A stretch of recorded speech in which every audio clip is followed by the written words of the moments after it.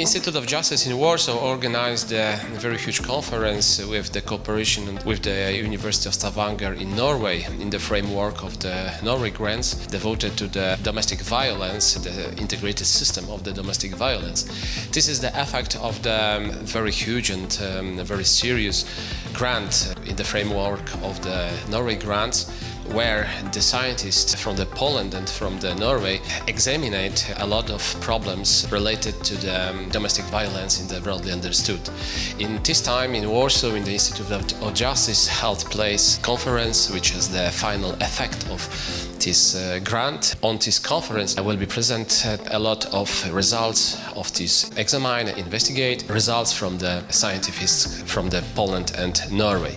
Our aim of this grant, it was produce effect to the counteracting of domestic violence. I think we did it.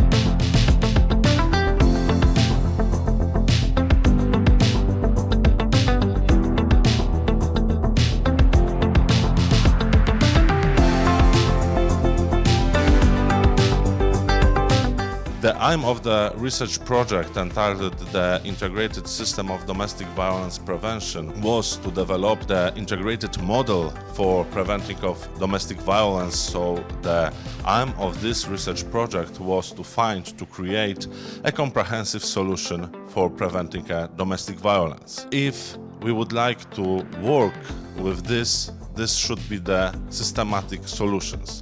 And in our opinion, Poland needs comprehensive solutions, integrated model for preventing the domestic violence in every municipality near to its citizens. And this is what our project demonstrates. So officially, dear sirs and madams, on behalf of the entire management team of the Institute of Justice and all of our employees, it's my great pleasure and personal honor to welcome you to the International Scientific Conference, the Integrated System of Domestic Violence Prevention. At the beginning, I would like to warmly welcome our dear and distinguished guest, Deputy Director, Department of Strategy and European Funds at the Ministry of Justice, Mr. Tomasz Gajewski. And the rest employees from the Institute from the Ministry of Justice in Warsaw, our team. I welcome you very warmly. I also warmly welcome our international guests, our friends from Norway, Professor Ingunn Stursrud, Associate Professor Dr. Britta Gierstad, Associate Professor Katrin Skoland, Senior Researcher Kajestri Tornsteinst, Dr. Patrycja Sosnowska-Baxton, and Researcher Maria Ranhild. Ladies and gentlemen, today's event marks the culmination of the 4 years international research project titled The Integrated System of Domestic Violence Prevention. This project has been conducted by the Institute of Justice in a collaboration with our Norwegian partner, the University of Stavanger. We are extremely proud of the achievements of our researchers teams from both Poland and Norway. Their dedication and determination have led to deeply research and the development of a model aimed at preventing domestic violence. During today's conference, we will have the opportunity to learn about it, discuss the result of the research. The action undertaken as part of the project primarily aimed to address the growing problem of domestic violence, which is one of the most serious social challenges in our time. International cooperation was essential to confront this difficulty because the issue of domestic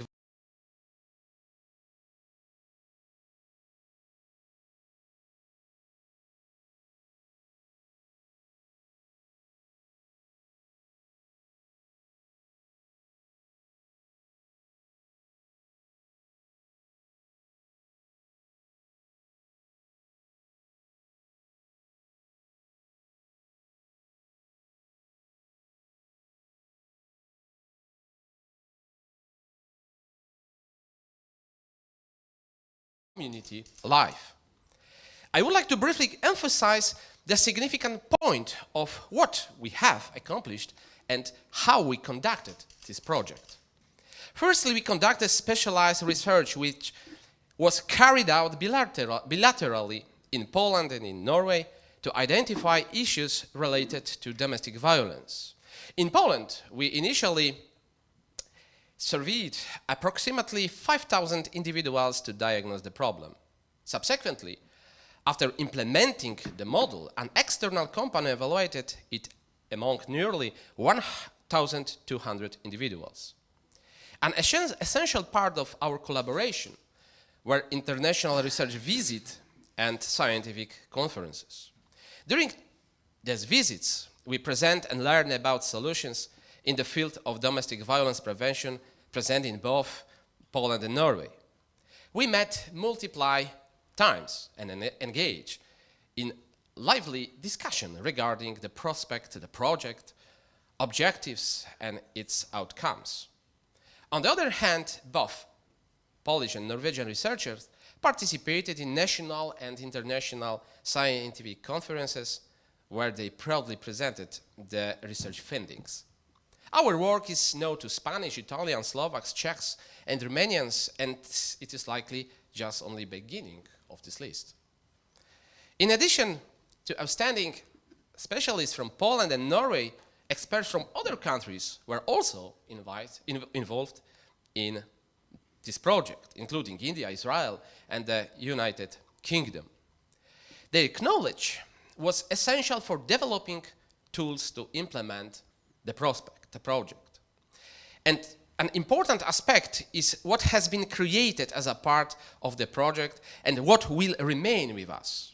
Firstly, we have developed a comprehensive guide on relationship which can be utilized by public institutions. Additionally, within the Institute of Justice, a publication containing templates for legal documents has been produced, providing explanation on how to draft over 100 documents, very specialized documents, very complicated documents, and it is freely available on our website. In the coming days, 2 scientific monographs focusing on legal aspects of preventing and combating domestic violence will be released, one in Poland, one in Polish, and other in English. So, through these monographs, we aim to promote Polish solutions in preventing domestic violence that have proven successful, such as the immediate order for the perpetrator of domestic violence to vacate the premises. The most significant outcome of the project is the model itself, with its final version intended for nationwide implementation to prevent domestic violence. It is worth mentioning that the work under the Norwegian grant complemented legislative efforts in Poland aimed at developing anti-violence solutions, including the anti-violence law and the so-called Lex Kamilek, for instance.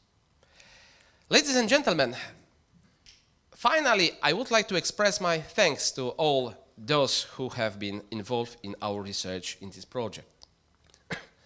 Thank you very much for the cooperation with all the researchers involved in this project. I thank both Poland and Norway researchers. Our visit to Stavanger, a beautiful, cozy, and interesting town in Norway, is a collection of many interesting discussions on topics related to this grant. These meetings have resulted in solutions that we will present today. Thank you also to the management of the Ministry of Justice in Poland, all ministers, directors who have been our support in running this project. I would like to thank especially thanks goes to Mr. Director Tomasz Gajewski. Tomku, thank you for your support, for your help, and for your valuable comments.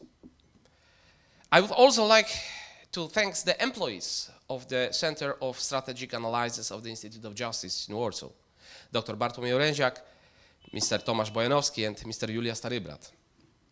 You handled this project administratively and did it, in my opinion, in an excellent way. I also thank the accounting department of the Institute of Justice in Warsaw because the Norwegian grant is associated with hard economic criteria.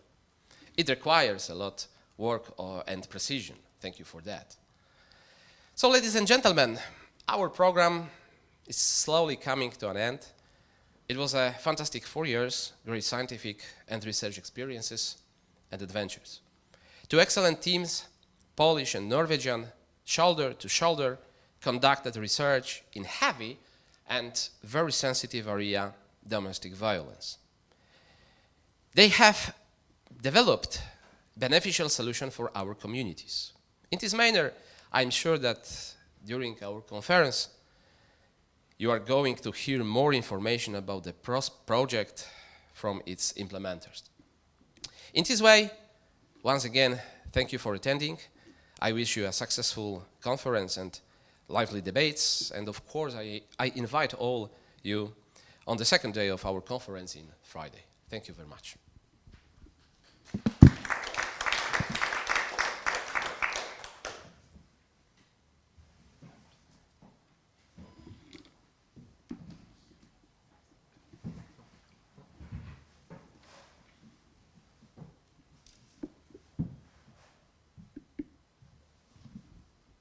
Dzień dobry Państwu. Good morning, all of you. I was asked to say a few words about today's conference and the project, so I also would like to thank you all for the great cooperation, for the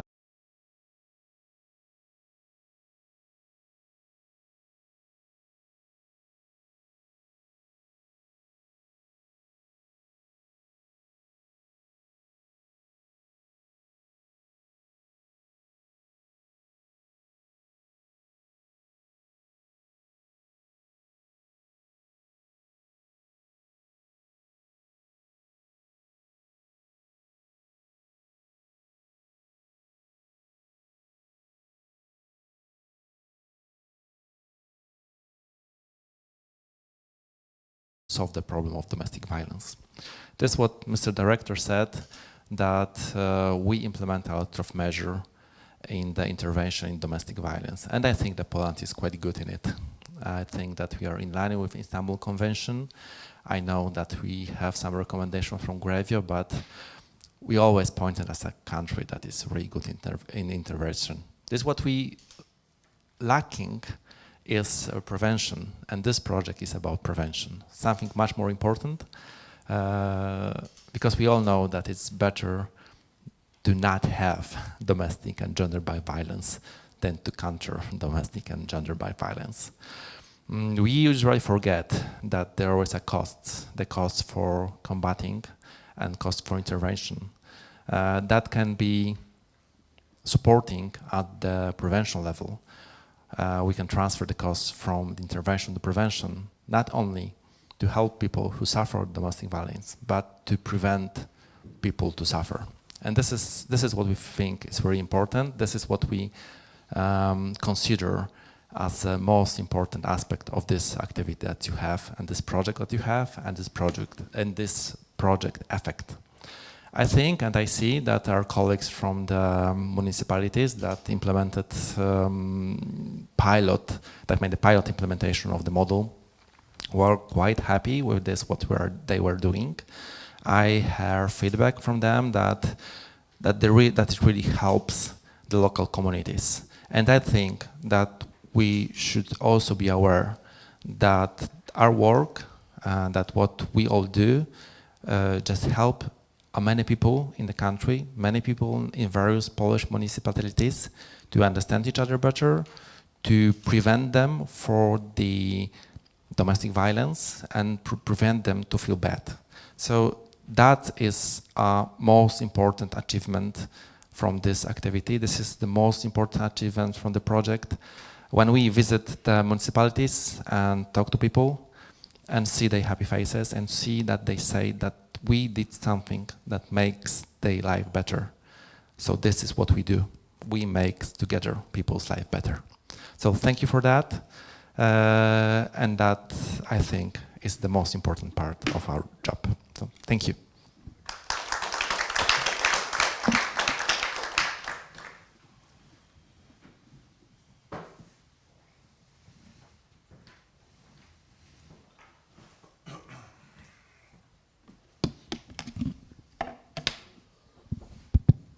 So, ladies and gentlemen, welcome everybody.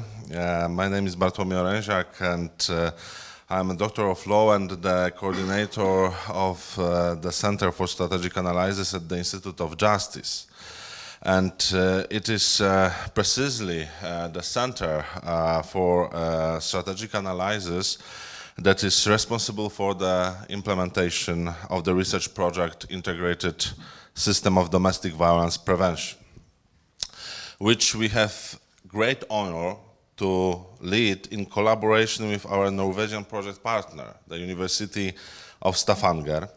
And today I am also addressing you as the project's manager, project's head, and I would like to present to you what we have accomplished so far and what we achieved in almost 4 years of project implementation.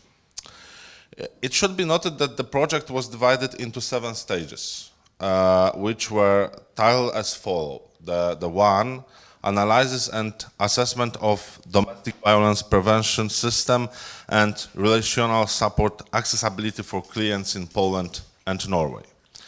Second, development of a tool for identifying cases of domestic violence threat arising from dysfunctional interpersonal relationship.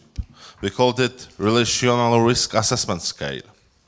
The 3, preparation of the handbook implementing a local system of interpersonal relationship support for families at risk of domestic violence.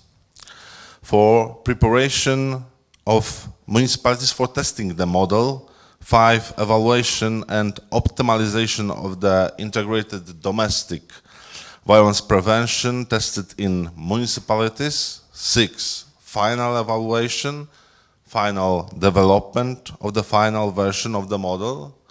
And 7, last but not least, dissemination of the model integrated domestic violence prevention system. Ladies and gentlemen, in my opinion, each stage was in its way significant and essential for the proper execution and realization of the project. It is impossible now to list all the achievements of our project, so I will focus on the most important ones. In the initial phase, top experts, in collaboration with the research team, developed a tool called the Relational Risk Assessment Scale. This tool was utilized by municipalities during the testing phase of the model.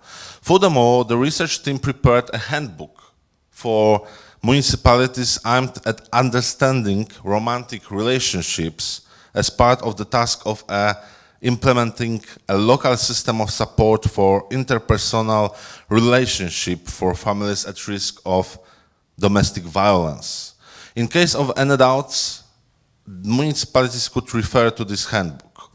We also released a handbook on procedural documents, which was published on the project's website and now is accessible to everyone. It consists of templates for procedural and of residents, as well as individuals interviewing in cases of domestic violence threat. This way, interested parties have access to all documents in one place, and what is, in my opinion, the most important to note, that these documents are accompanied by professional and objective commentary, which can help fill them out. This was followed by a training session for the municipalities that volunteered to implement the integrated domestic violence prevention model. With days of training was not enough, of course. So the municipalities were supervised by a coordinator who provided advice to municipalities in case of doubts and relate information to the research team. At the end of the model testing phase by municipalities, the project evaluation commenced. We surveyed over 1,000 individuals who were involved in various ways in the project implementation in municipalities or directly benefit from the model. This evaluation was handled by an agency we hired, ensuring the reliability and objectivity of the research. However, that's not all. In addition to the sphere focused on implementing the integrating model for preventing domestic violence, the Polish and Norwegian research teams conducted disseminations regarding the project's goal and research findings. We had both live and online meetings which were fruitful and will likely contribute to future research endeavors. In addition, our legal experts worked in parallel on a legal monograph on a comprehensive approach to preventing and combating domestic violence. It will soon be available in print. In brief, outline of inputs from our project look as follow, and I'm really proud that as the Center for Strategic Analysis and the Institute of Justice, we together could be part of such an important endeavor. I can confidentially say that, in my opinion, we have achieved project success, and my words could be only confirmed by the presentation of scientists in the expert panel.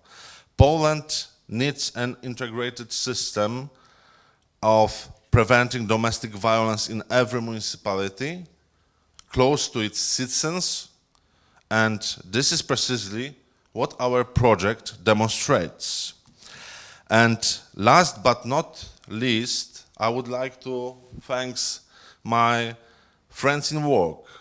I would like to thank Tomek Bojanowski and Julia Starybrat for great work in my center. Thank you, all of you, very much, and I wish you fruitful deliberation at the conference. Thank you very much.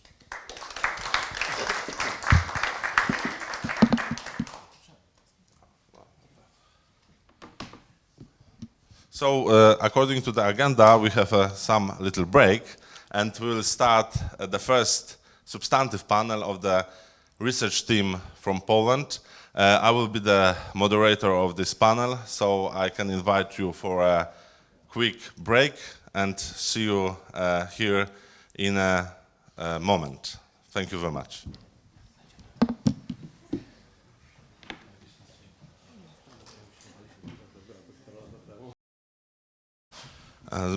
So, ladies and gentlemen, it is my privilege to moderate the first substantive panel during our conference, the panel, The Integrated System of Domestic Violence Prevention in Poland. We have in the table Dr. Jarosław Przeperski, Samuel Owusu, and I would like to invite also to join with us Paulina Gutek. So, hello. Maybe you can, yes, why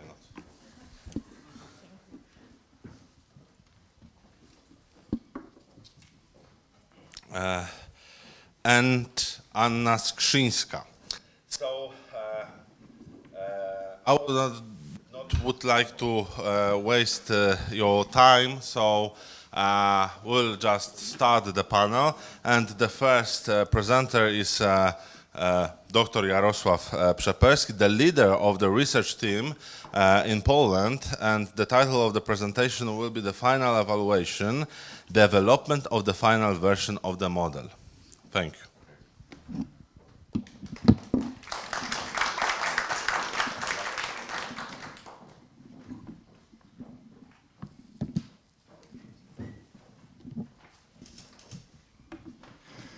Oh, it's good to see you here, all people who are engaged in this project. And it's very difficult to have 15 minutes and to summarize 4 years, and even more because we started to negotiate this project even before EWS was engaged. So it's a long journey, and today is the last day, I think, we can meet together. So maybe first I would like really to thanks to all people who are engaged really.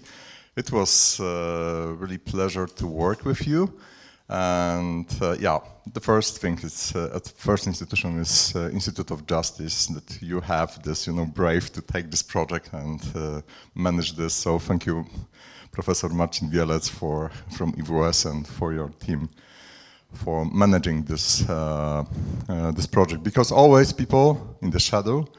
You are not on the first stage, and we can see you, but without you the project will collapse, really. And Tomasz, Gajewski, thank you for you. And you know this, that without administrative support, the project will collapse always. So thank you for this. And I need to thank you also for all people from my team, from Nicolaus Copernicus University, but also to the Norwegian teams, Ingun, for your hands. You are the leader of this. It was a long journey with different times, yes, with good time and very hard time. And yeah, I think that once was this time that we were really afraid that, if we would be able to go forward. But we overcome all the obstacles, and we can see now that the cooperation, the true cooperation, even with discussions, is really fruitful, and it's something valuable. So I will try to take this 10 minutes just to summarize something from our project, because it's impossible to talk about the whole project. So first thing is maybe some objectives. We can heard a little bit about this, but I think that new thing is that we really based this project on 2 pillars. One is this relational support, and this is something maybe not new, but in this domestic violence area, it's something new approach. So we wanted also to invent something which was not, used in Poland, and something which is innovative also, and the integration of institutions. So this was the pillars for preparation of the model of the preventing support. And this is the Polish team. Hopefully you will show your team from the Norway side. So this is the scientific, all people, as you can see, we have quite, big amount of people cooperated, some from our university, others university in Poland, but also we could ask for help, some people from other countries which had, maybe more developed models in domestic violence area.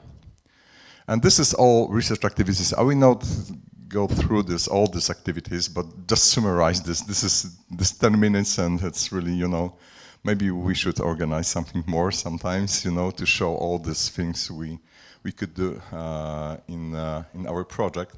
But as you can see, there's a lot of activities from the literature review to final evaluation. So this is numbers of people engaged in this project, but also numbers of respondents engaged in this project. Okay, and maybe about the philosophy of this project and how we worked on this project. So it will show also the good practice in preparation of policy or policy based on evidence-based approach. So first thing, what we did really, we tried to identify the problem, the main problem. So it was said that, and we showed that the domestic violence is It's a growing problem in Poland, yes, in all over the world. So this is not just a Polish problem, but this is, all countries has to. Really, first thing is to see the problem and identify, okay, this is the problem, so we have to do something with this problem. And then we started to looking for a solution, how to tackle this problem. So, of course, the problem is also always that you can't find some, big universal solution for one problem. It's usually that you have to divide, this big problem for smaller parts and then try to find, some solutions for this, for these smaller units. So it's possible then to just tackle the whole problem. So what we started to do first, we started to literature review to find what are solutions, what are research about domestic violence. And then we identified two topics. We could say one is the selective prevention, and second one is relational risk factor. So we discovered that a good relationship between spouses can prevent the occurrence of the domestic violence or intimate partner violence. So we identified this and then started to research this problem because it was from the literature review, and then we went deeper and deeper with the current research, but also we conducted some hours research based on the qualitative and quantitative approaches. We also, because this is also important, that we started to consult these solutions and ideas with practitioners, because sometimes there is a gap between theory, academia, I would say, and the practice. So we have really great ideas, scientific ideas, and it doesn't work in the practice. So we started to do this in the collaboration and discussion with stakeholders, but with practitioners. And I think that it's a value of this project also to have this international perspective. And your support as Norwegians was really valuable for us, because we had a lot of discussions, because we have maybe not very different countries we are, but in some, spheres we are different. So those discussions, academic discussions, were really fruitful, because I think that we did our way, you did your journey with this, and the solution, at the end, eventually the solution is really, better. Because it was not just, we know the solution and we go with the solution, but we started to talk about how to create this, how to implement, etc., etc. So it was very fruitful for us. And this is also, we could see this value of the partnership with someone from not our, surroundings, but someone who can give us, a different point of view on things, we think, in our way. And then, after this literature review and research, we prepared the pilot model. And so it was this model in paper, and then we started, and it was the second project, so this was implementation in municipalities. So we started this phase of the piloting the model. And this is very important, because sometimes you can see, if you prepare some solutions on policy, you stay on this level. So you prepare the model, you prepare the solution, and then you implement this.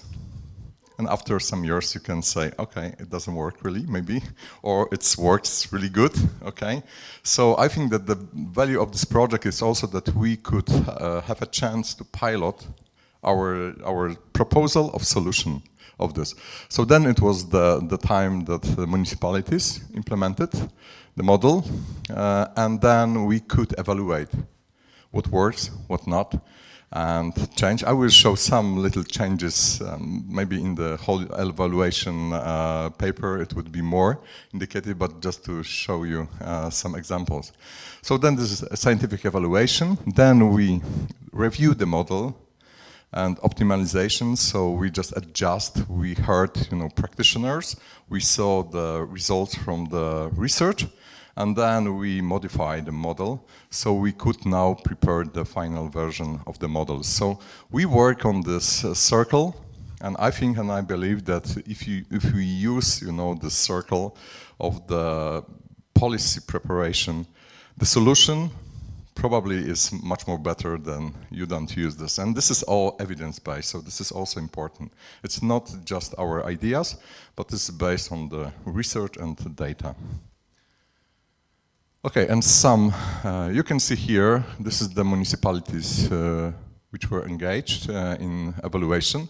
So no central Poland. I don't know if it's good or not, but yeah. But you will see that we have a really, different municipalities, big towns, small villages, or small towns maybe. So was really important for us because they had the starting point of the municipalities were really different. So some like Krakow has a really big potential with many of institutions, but we had also, very small towns with limited resources for their citizens. And this is what we did during the final evaluation. I will not describe this because it takes too much time, but you can see that we use individual interviews, focus groups, and also some qualitative surveys, qualitative research methods. So we tried to see the model from different perspective and to assess this model from different perspective. And it could help us then to review the model and to prepare the final version. And some examples. First is from this integration of services.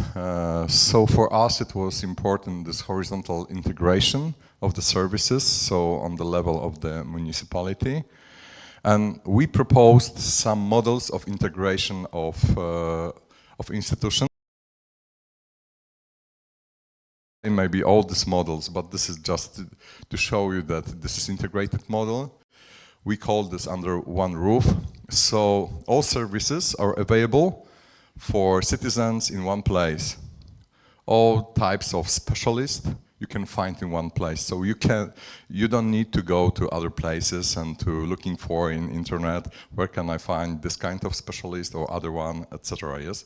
So this is a kind of integrated service.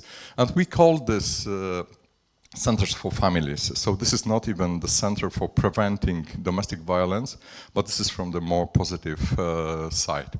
Coordinated model, it's I think that it works mostly in Polish situation, that we have a center for families and it's coordinate the work of other institutions.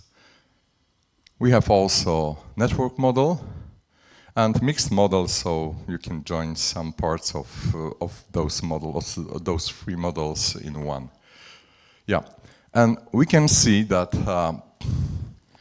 more than 70% on beneficiaries, so clients who are engaged in the implementation phase of the model, were engaged in the work of the Center for Families.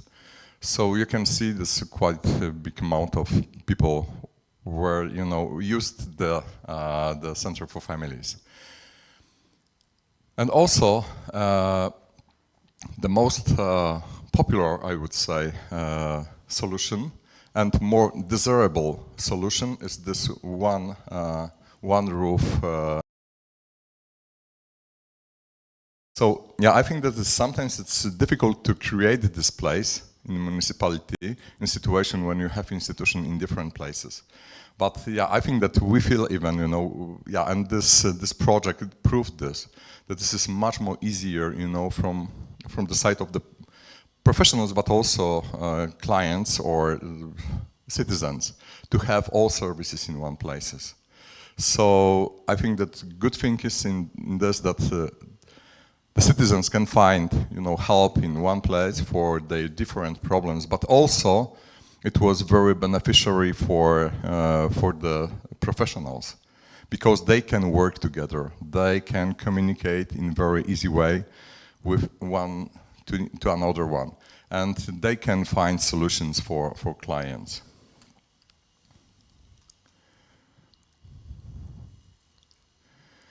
And also, this project was about integration of services, about cooperation, and during these interviews, focus groups, the employers, they said that employee said that this project was really good for strengthened cooperation between institutions, and this is very important. And we think, sometimes we think that this is a very normal thing that institution have to cooperate, and this is true. But sometimes in real life, they haven't got time, resources for cooperation. So this project hopefully just work out on some solutions how to make it easy to cooperate between institutions. I will not go through all points because I see that my time is running very fast. So.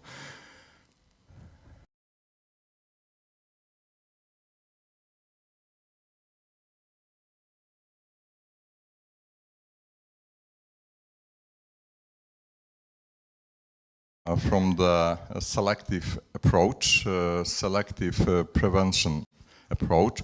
So because we wanted to indicate who is the beneficiary of the project, so who has at least a little problem in relational problem. So we create this tool from the beginning, and it was quite new one in Poland, to indicate who can be in threat of the worse or bad relationship. Because as you remember, the inappropriate relationship can lead to the domestic violence. So we prepared this tool, and I can say that more than 55 beneficiaries were engaged in this tool, and then we received some feedback from practitioners about this tool. And I think that the main finding is that it was positively accepted by professionals, but they had some remarks, and we did some changes in this tool. So maybe the big one is the change of the name, because the relational risk assessment tool, the assumption is that someone has this problem, and if you this is like we call the centers for families, not just the centers for domestic violence prevention. So we did the same now, and we changed the name also, and due to remarks from the practitioners, and we changed in final model, we changed the name of this tool, and now this is a relationship quality assessment tool, and this is more positive, more natural than this risk assessment tool. So we changed this after evaluation. And relational services. So maybe this is the general remark that most of people were engaged in this project implementation were really satisfied. I know that this is not very strong measure to be or not satisfied, because when you receive something, you usually satisfied to receive something for free. But this is also one of the measure of evaluation. So, and this is good that people are really pleased to attend, these meetings and all activities within the projects. And this is just to show, some questions we ask during the evaluation. And when you can see there is only some, of the possible activities within the projects and which strengthen this relational approach. And you can see this is the different types of services people attended. So we had for parents, for spouses, for meetings with specialists and others, yes, social campaigns. And this is also the attractiveness of different services, and you can see here, and also demand in the municipality. So most of them, because this is from 1 to 5 years, most of them are assessed really. They received a really high remark, as you can see. So yeah, I think that this was also, for us the confirmation that what we did before, so we did all this literature review, research before creating of the model was really, valuable. And then during the evaluation, it was assessed in a really, good degree of the marks. And as you can see, it was something which was useful for beneficiaries and also important to strengthen the relational approach. Okay, it's 20 minutes, so I think it's... and some recommended future actions, so this is the last slide. I think that this kind of projects impact both sides, so employees, but also, the beneficiaries. The project generally was successful, and the model was really successful, so I said that we had to review this project in some places, but this is very small changes like names or, we simplify sometimes the language of the model, so it was really important. I think that this is also important that it should be continued, because this is the problem. I think that this is not only in Poland. One. Okay, it's time out. New method. 1 minute. Okay. So this is also the problem that we have a really good projects, and I think we talked with Tomasz a little bit during the break that it should be, really implemented, because we did a lot of work, and we believe that this is really valuable project with valuable, tools to use. So it's and also for municipalities, hopefully.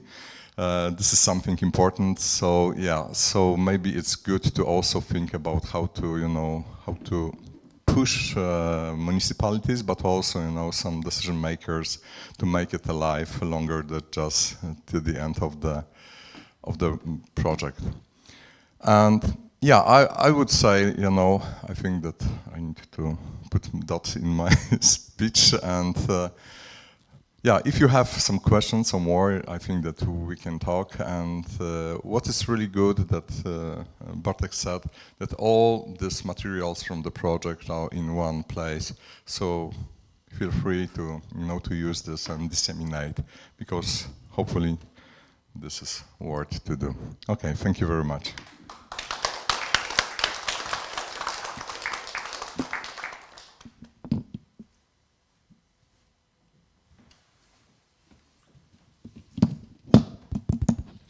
So, ladies and gentlemen, thank you very much to Dr. Jarosław Przeperski for his presentation. And now, as some kind of continuation, I would like to invite for presentation Samuel Owusu, the assistant of research team.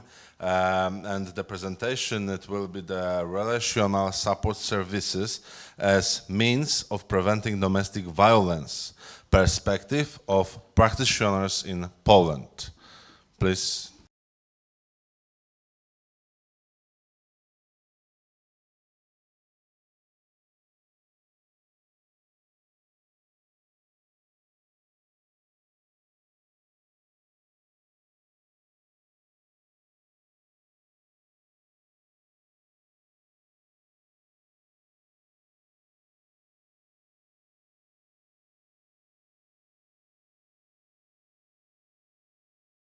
Effort of the various stakeholders in this project, from the head of Owusu, Professor Marcin Wielec, to Dr.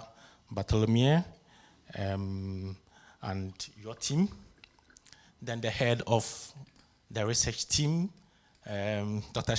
Przeperski, and then the rest of our team. Some of them are not here, as well as Professor Ingun and your team from Norway. Your contributions were very much needed and useful to developing the products we developed as part of this project. So I would like to present some views we sought from practitioners in Poland as part of our project, as was stated before by Dr. Przeperski. I don't know. I don't know why today. Yeah, I know. Yeah, for some reason I am mispronouncing his name, but yeah. We sought. Yeah, we did some studies in order to find some secondary as well as original data to support the task we wanted to do. So the first point, one of them was to organize an FGI involving practitioners in Poland to understand how they view relational support as a means to help prevent domestic violence. So we understand that domestic violence is a major international public health issue. There are numerous studies on this. One of the major strategies we used in our solutions was to relate quality of relationships with the occurrence of domestic violence. So there are also a number of studies which have been able to link dysfunctional relationships with a higher risk of occurrence of domestic violence. So these are some of the studies we found to justify our use of the concept of relational support as a means to prevent domestic violence. So we also, I present some studies on how good relationship quality could also help in reducing the occurrence of domestic violence. With interventions to improve relationship quality leads to reduction in domestic violence occurrence. So we understand that the likelihood of domestic violence is reduced when the weight of inhibitory and protective factors is more than the risk factors. I would like to move forward because of time. So these are all some studies which show that by helping to improve the quality of relationships, occurrence of domestic violence reduced. So for instance, there's this study on couples targeted youth parenthood program, which is reported to have helped in preventing domestic violence, as well as therapy to help with emotion regulation and conflict resolution techniques, all help to reduce the occurrence of domestic violence. One of the preliminary studies we did was the FGIs, as well as the quantitative surveys and the literature reviews. I would like to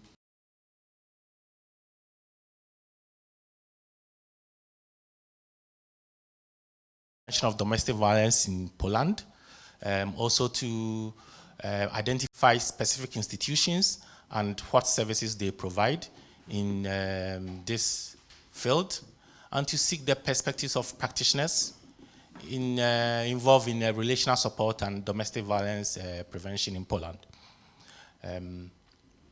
So I would like to just present something on what we found in the FGI we did. We conducted 4 FGIs with 8 respondents per each. These are the categories of professionals who were engaged in the FGIs. The teams covered. We sought their views on what a good relationship is, barriers to accessing support services, as well as the link between relationship quality and domestic violence, and to help diagnose the whole system in Poland. So what did we find? Respondents regarded good relationship quality to include open attitude, mutual respect and support, trust, healthy communication, and love. They also defined domestic violence to include physical, psychological, economic, and sexual violence. Stated to affect relationships. So negative attitudes, of course, negative behaviors such as infidelity. There were also some positive behaviors like having own passions, knowing self and partner, and the expectations of the relationship. All these were said to be some of the internal factors which affect relationship quality. Well, there were also some external factors like family patterns, so inheriting dysfunctional behavior from your families, as well as interference from family members. So, concerning the definition of relationship support, we found that it begins with diagnosing and seeking the client's consent. There were some formal support, which were institutional based, as well as informal support from family and friends. Respondents argue that more responsibility falls on institutions rather than family and friends. So they listed institutions like therapy centers, religious communities, police service, social welfare centers, of course, and the judiciary.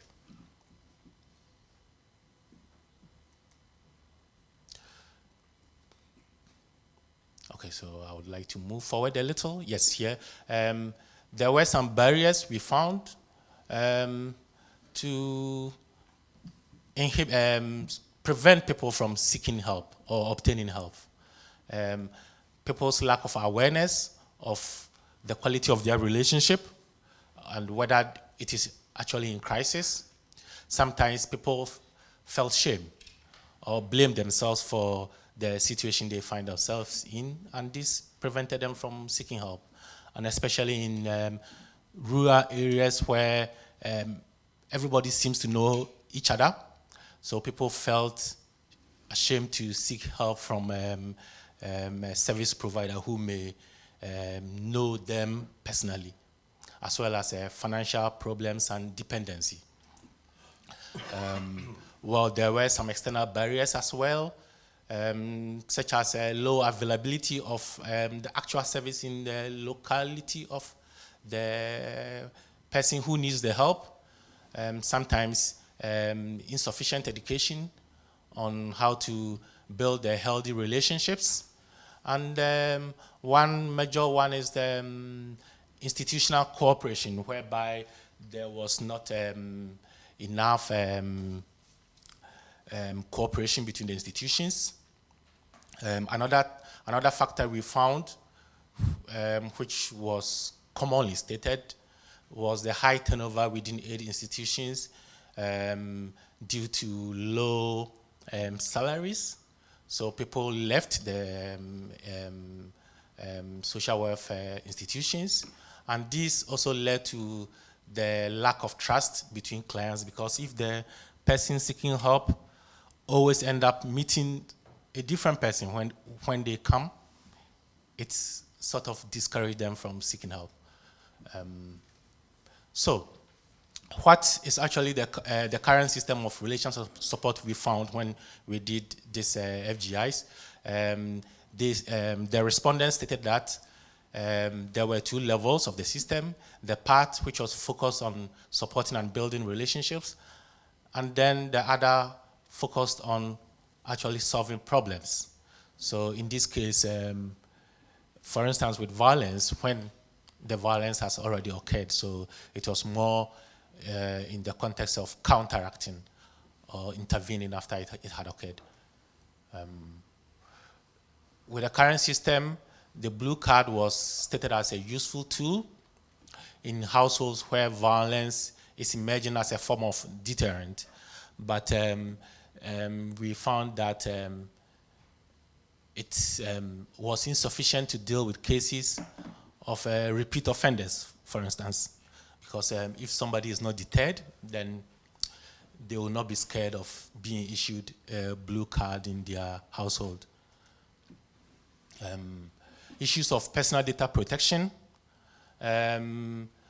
was raised, so this also limited how much data could be shared between institutions, bureaucracy, so the need for extensive documentation, insufficient specialists, as I stated before, due to high turnover, and this could also lead to burnout and exhaustion among the professionals because they were overloaded with responsibilities. They made some recommendations on how to design the relational support system. They suggested therapy and psychological help services to be included, education to improve communication skills, which could help reduce conflict among couples, and also training frontline workers, such as nurses, who would be able to identify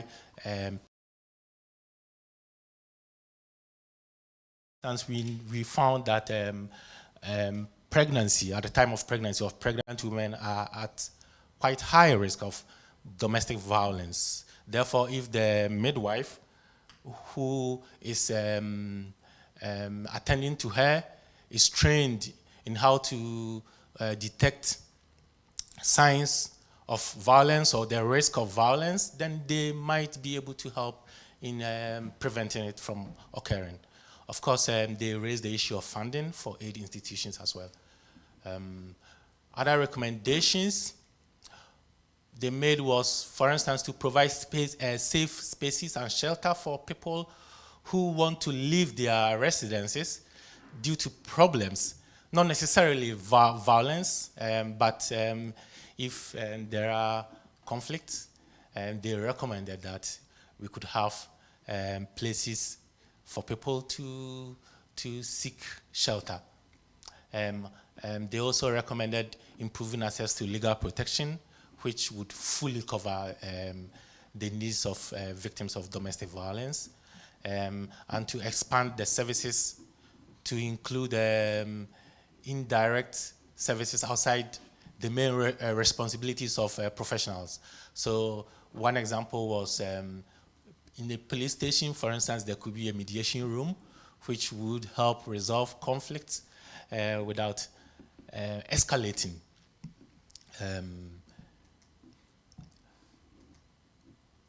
So in conclusion, we found that the level of integration was regarded by the participants of these FGIs as low in some cases, whereby in some cases there were elements of integration present, but then in others they found that there was not a uniform approach overall. And this justified the need for us to initiate this project of an integrated system of preventing domestic violence in order to develop a more efficient and integrated model for piloting. We raised the issue of increasing funding and then developing the capacity of staff, hiring more people and improving the working conditions of people who are working in these social welfare institutions and other institutions who may help in detecting potential victims of domestic violence. Of course, with education, they highlighted the need to improve education so people understand their rights as well as responsibilities in relationships, to learn emotional regulation and actually to know if they are experiencing violence. For instance, people, youth or younger adults who may not necessarily understand if their relationships are deteriorating or they are actually experiencing violence. They raised the issue of establishing inter-institutional cooperation teams. This particular factor was covered in the model we developed, whereby in the tested municipalities, each had a coordinating team of integration. So they were responsible for organizing the various services which were offered to the beneficiaries. And then they also encouraged that the reduction in reporting and other administrative requirements so that they have more time to help provide direct help to their clients. One other point they raised was to also extend services to the perpetrators. And so we do not focus only on the victims, but also to offer services to perpetrators so they do not reoffend. So they also raised this point, as well as improving the support given to other non-governmental organizations and religious groups who are more flexible and therefore can respond faster to certain cases. So these are some of the points we found in the FGI we did in the initial stage of our project. And it actually helped us in developing the model and the other tools we used in the project. Thank you very much.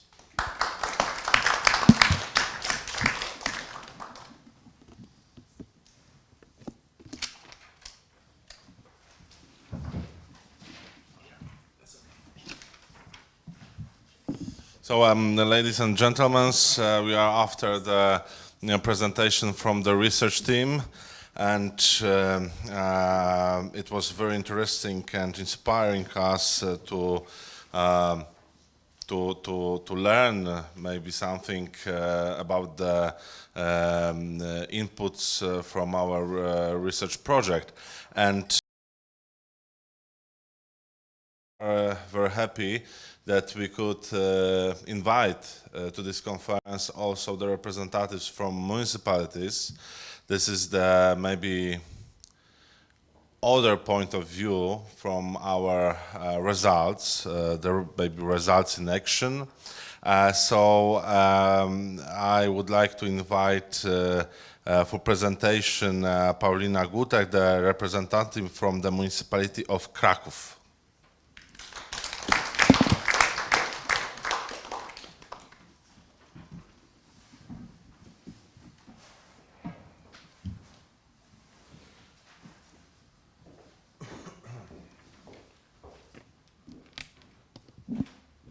Good morning. My name is Paulina Gutek. Today I represent Kraków, and we made a really nice project, and I would like to tell something about it. We will wait for presentation 1 second. All right. So, the power of relationship, implementation of an integrated model of domestic violence prevention.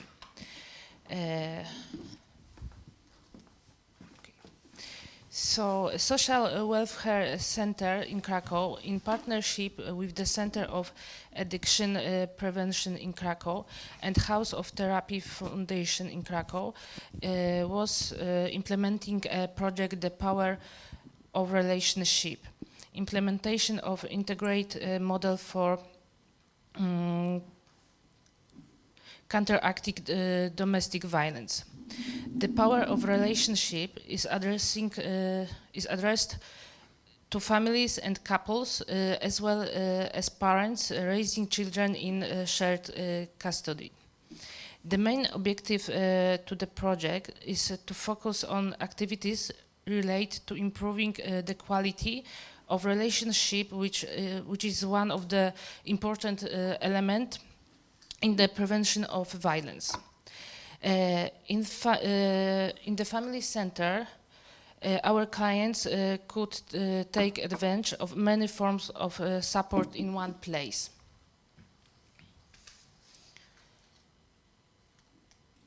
Here we can see some photos from our center. This is the opening the center for families. We found a really nice place to in which we create the center. I think the very good idea was also create one room for children. It was very important that one of employee could take care of children when the parents take part in different individual or group support. Here we can see our client. We can see that about 75% people who come to our center had a very low level of relationship quality.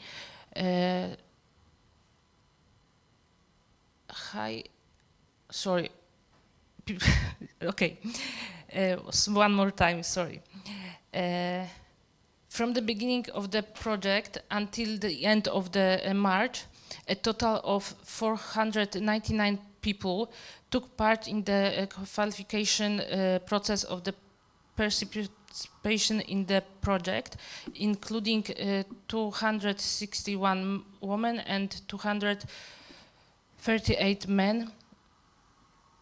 6 couples were not qualified for our project. In 4 cases, the blue cards procedure was initiated.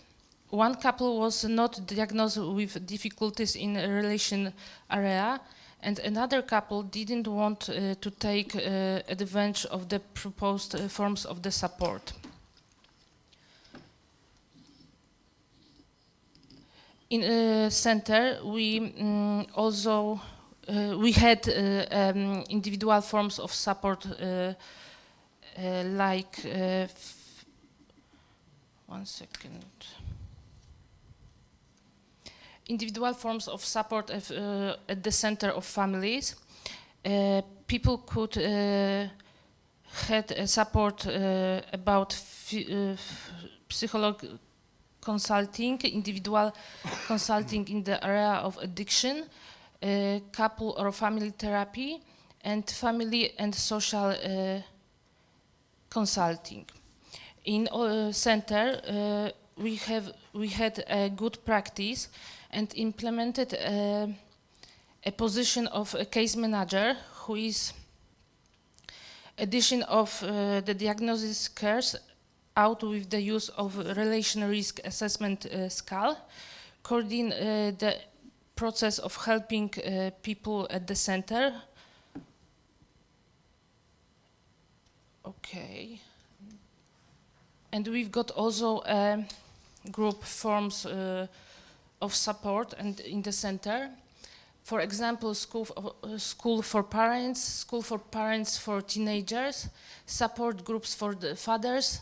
The second one, support group for mothers, addiction prevention workshop, and psychoeducational group. Like we see, the school of the parent was one of the most popular form of support, and the second one, the psychoeducational group.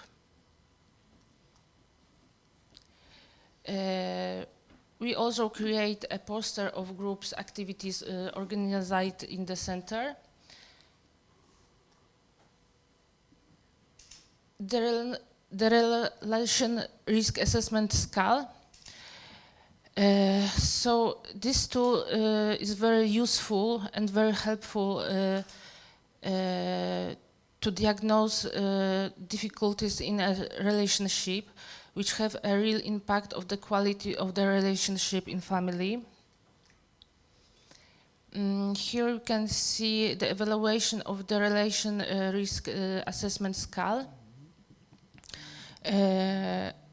About age, so the most people was between 31 and 40 years old. Most of the people has got also a higher education, and about more than 70% of people had children in family. So it's mean that we work not only for a better relationship in this couple, but for whole family system. So it's also very important.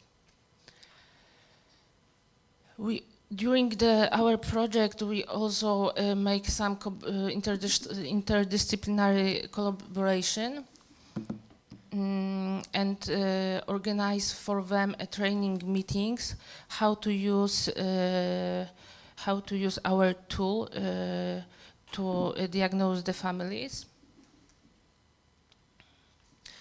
Here we can see that most of person who took part in our training was a social worker or a family assistant from a welfare center, but also school pedagogic and physiologic. And at first we train our employee from the center, and then they make another training for another specialist from a different place. Here we can see our photos from our conference. It was a very nice event because people and specialists could know lots of things about domestic violence, how to recognize domestic violence, what to do, and how support or helping people. Of course, huge part of the time we were discussing about relationship. It was also a great opportunity for specialists to know each other, make some collaboration, talk about the idea or new support, and what they can do in the future.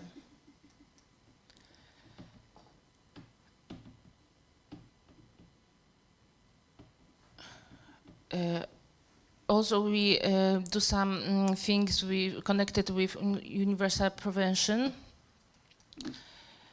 For example, here we can see a leaflet,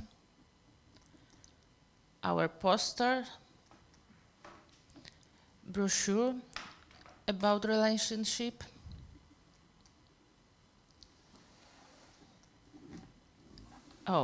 This was a very interesting experience during the project. 10 broadcasts on Radio Krakow. So we made some broadcasts about relationship, about red flags in relationship, how to recognize them, and what to do to improve the relationship. We talked also about violence, domestic violence.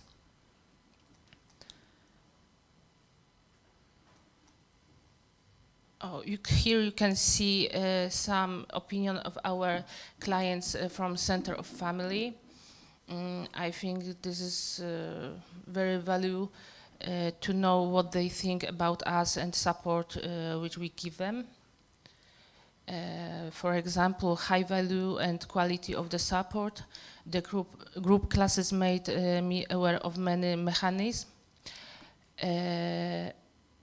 From the very beginning, we were delighted with the professionalism and individual approach, full of heart and empathy.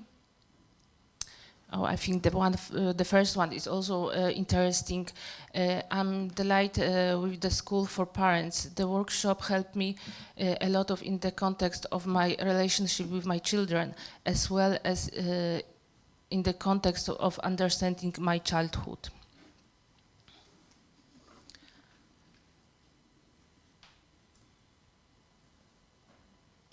Oh, and the last one is a very nice surprise for us, because we finished the project, but we didn't finish the Center for Family. We didn't close it. It would be still work and help another people. From now, we're planning our support to the March 2027. Thank you for attention.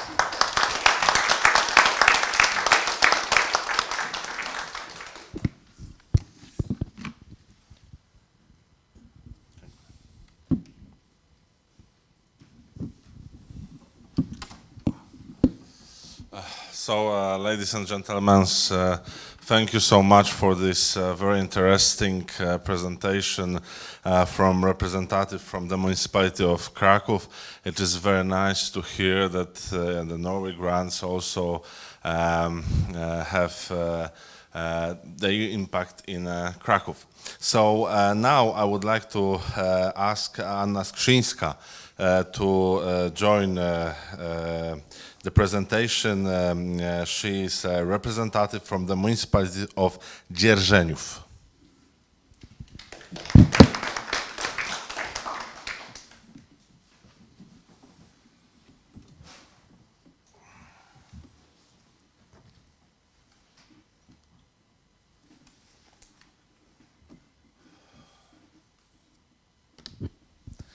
Dzień dobry, nazywam się Anna Skrzyńska, reprezentuję miasto Dzierżoniów w południowo-zachodniej Polsce. Good morning, I'm Anna Skrzyńska and I represent Dzierżoniów in the south and west Poland.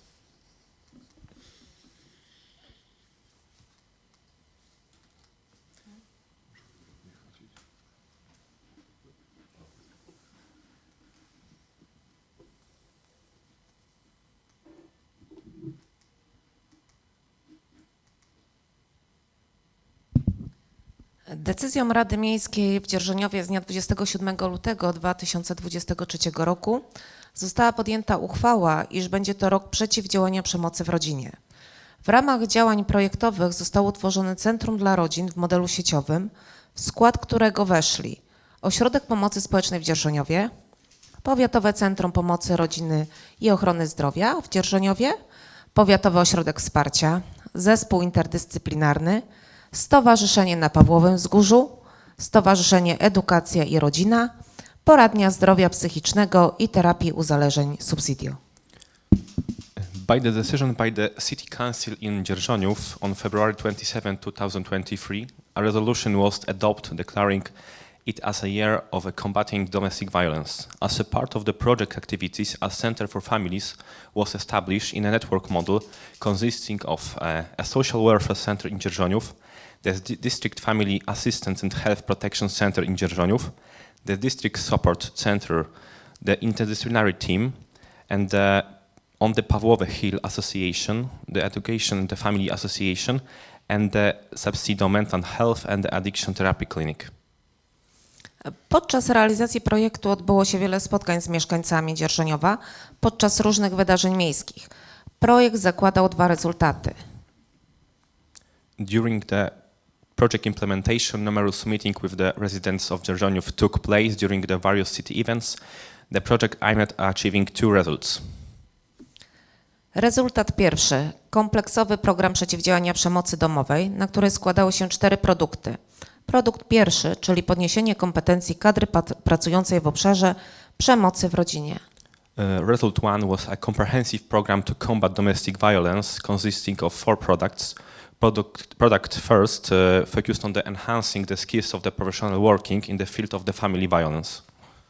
Dla pracowników instytucji działających na rzecz mieszkańców Dzierżoniowa zorganizowano i zrealizowano szereg szkoleń mających na celu podniesienie jakości pracy specjalistów działających w obszarze relacji rodzinnych, przeciwdziałania przemocy oraz ułatwienia specjalistom rozpoznawania przemocy i poruszania się po aktualnych przepisach prawnych. A series of training sessions were organized and conducted for the employees of institutions working for the residents of Dzierżoniów to improve the quality of work of specialists in the field of the family relations, violence prevention, and facilitate the recognition of the violence and the navigation through current legal regulations. W ramach warsztatów filmowych Oblicza przemocy uczniowie klas 6. i 7. szkół podstawowych zostali zaangażowani w proces tworzenia filmów pod czujnym okiem aktora i reżysera Roberta Wrzoska, w którym przedstawili różne aspekty przemocy i jej skutków. As a part of the Face of Violence film workshop, students from the grades 6th and 7th of the primary school were engaged in the process of creating films under the supervision of the actor and director Robert Wrzosek, depicting various aspects of the violence and its consequences. Były to produkcje o tematach takich jak przemoc domowa, przemoc na tle rasowym, przemoc psychiczna oraz rola nauczyciela i rodziców w profilaktyce przemocy. Pokaz filmowy Oblicza przemocy był istotnym krokiem w budowaniu świadomości społecznej na temat przemocy i jej przeciwdziałania. The productions covered topics such as domestic violence, racially motivated violence, psychological violence, as well as the role of the teachers and the parents in the violence prevention. The screening of the film Face of the Violence was a significant step in the building social awareness about the violence and its prevention. Produkt drugi, poradnictwa i profilaktyki osób, skierowany był do osób uwikłanych w przemoc. Mieszkańcy mogli skorzystać z wsparcia specjalistów takich jak psycholog, psychiatra, terapeuta uzależnień, prawnik oraz skorzystać z zajęć samoobrony, terapii dla par małżeństw i grupy wsparcia dla osób doznających przemocy. The second product was a counseling prevention point for the individuals involved in the violence. Residents could benefit from the support of the specialists such as a psychologist, addiction therapist, lawyers, psychiatrists, as well as a practice in the self-defense classes, therapy for the couples marriages, and the support group for the individual experience violence. Kolejnym produktem były warsztaty budowania pozytywnych relacji w rodzinie i kontrolowanie emocji. Another product was workshop for the building positive family relationships and the emotional management. Forma warsztatowa miała na celu stworzenie swoistego rodzaju samopomocowej grupy wsparcia, w której uczestnicy wymieniali się doświadczeniami, uwagami i pomysłami przy udziale specjalistów oraz ich wsparcia i służenia dobrą radą. Takie działania dały rodzicom możliwość nabycia umiejętności radzenia sobie w sytuacjach nie tylko krytycznych, ale i tych dotyczących dnia codziennego. Przeprowadzono ponad 30 spotkań dla rodziców i dzieci. The workshop format aimed to create a sort of the self-help support group where participants exchange experience, observation and ideas with the involvement of specialists receiving support and valuable advice. These activities provided parents with the skills to cope not only with the critical situation but also with the everyday challenges. Over 30 meetings were held for the parents and children. W skład rezultatu pierwszego weszła również Akademia Kompetentnego Rodzica, której celem było podniesienie umiejętności rodzicielskich. Also included in the first salute was the Academy of the Specific Parenting aimed at enhancing parenting skills. Zajęcia dotyczyły m.in. wzmacniania poczucia wartości u dzieci, pozytywnej dyscypliny, komunikacji w rodzinie oraz nabywania umiejętności rozwiązywania sytuacji trudnych w relacjach z dziećmi. Uczestnikom wskazano możliwość uzyskania pomocy od innych i zachęcono do korzystania z pomocy specjalistów. Ponadto działanie to miało formę wymiany doświadczeń związanych z wychowaniem dzieci bez przemocy. The session addressed issues such as strengthening children's sense of the world, positive discipline, family communication, and acquiring skills to deal with a difficult situation in the relationships with the children. Participants were informed about the possibilities of seeking help from the others and encouraged to use specialist support. Moreover, this action took the form of the enhancing experiences related to the rising children without the violence. Drugim rezultatem był poradnik dla rodziców, jak wychowywać dziecko bez przemocy. The second result was a guide for the parents titled How to Raise a Child Without the Violence. Poradnik wskazywał rodzicom sposoby radzenia sobie w trudnych sytuacjach wychowawczych, między innymi jak mówić, aby dziecko słuchało i jak słuchać, aby dziecko mówiło. Czytelnicy mogli zasięgnąć porad specjalistów na temat tego, jak uniknąć zachowań przemocowych. The guide provided parents with the ways to deal with the difficult parenting situation, including how to communicate effectively to ensure the child listens and how to listen so the child speaks. Readers could seek advice from the specialist on how to avoid violent behaviors. W gminie miejskiej Dzierżoniów zostały również zorganizowane 2 konferencje dla mieszkańców pod tytułem Zaburzenia relacji w rodzinie jako źródło kryzysów i jego konsekwencje i praca ze sprawcami przemocy w rodzinie, terapia czy korekta zachowań. In the city of Dzierżoniów, 2 conferences were organized for the residents. Disorders in the family relationships as a source of the crisis and their consequences, and working with the preparators of the domestic violence, therapy or behavioral correction. Ponadto odbywały się spotkania z rodzinami, opiekunami osób z niepełnosprawnością, a także rodzicami dzieci z placówek oświatowych w celu podniesienia świadomości dotyczących mechanizmów przemocy i ich skutków, jak również zdrowych relacji w środowisku domowym. Additionally, meetings with the families, caregivers of people with disabilities and parents of the children from the educational institution were held to raise awareness about the mechanism and the effect of the violence, as well as the healthy relationships in the home environment. W ramach projektu i w celach promocyjnych środków z funduszy norweskich zostały rozwieszone 3 banery miejskie na wjeździe do miasta Dzierżoniów, 3 banery na przystankach autobusowych na terenie miasta i 16 banerów na płocie Ośrodka Pomocy Społecznej. As a part of the project and for the promotional purpose, the Norwegian funds, 3 city banners were placed at the entrance of the city of the Dzierżoniów, 3 banners at the bus stop with the city, and 16 banners hung out of the fence of the Social Welfare Center.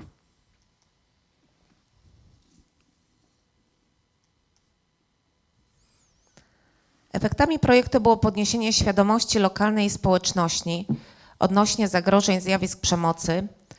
Liczba zgłoszeń dotyczących sytuacji zagrożenia dla życia i zdrowia w porównaniu z rokiem poprzednim, 2022, wzrosła 100%, z 70 zgłoszeń do 141 w roku 2023. The project resulted in raising local community awareness regarding the threats of the violence, the number of reports concerning health and the life-threatening situation compared to the previous year increased by the 100% from the 70 reports to 141 in the 2023. Ponadto zrealizowano rezultaty projektu. Założono 131 niebieskich kart, o 40 więcej niż zakładana wyjściowa. Liczba osób zagrożonych przemocą w rodzinie korzystających z usług wsparcia to 363 osoby. Warsztaty podnoszące kompetencje kadry pracującej w obszarze pomocy w rodzinie 36 osób, punkt poradnictwa 137 osób i warsztaty budowania pozytywnych relacji w rodzinie i kontrolowania emocji 151 osób. Additionally, the following project results were achieved. 131 blue cards were established, 40 more than the initial numbers. 363 individuals at the risk of the family violence utilized support services, which was 182% of the project value. 36 individuals attended the workshop aimed at enhancing the skills of the professional working in the field of the family violence, which was 125 of the project value, and 137 individuals received the consuelic prevention services, which was 114 of the project value, and 151 individuals participating in the workshop on the building positive family relationships and the emotional management, which was 151% of the project value. Thank you for your attention.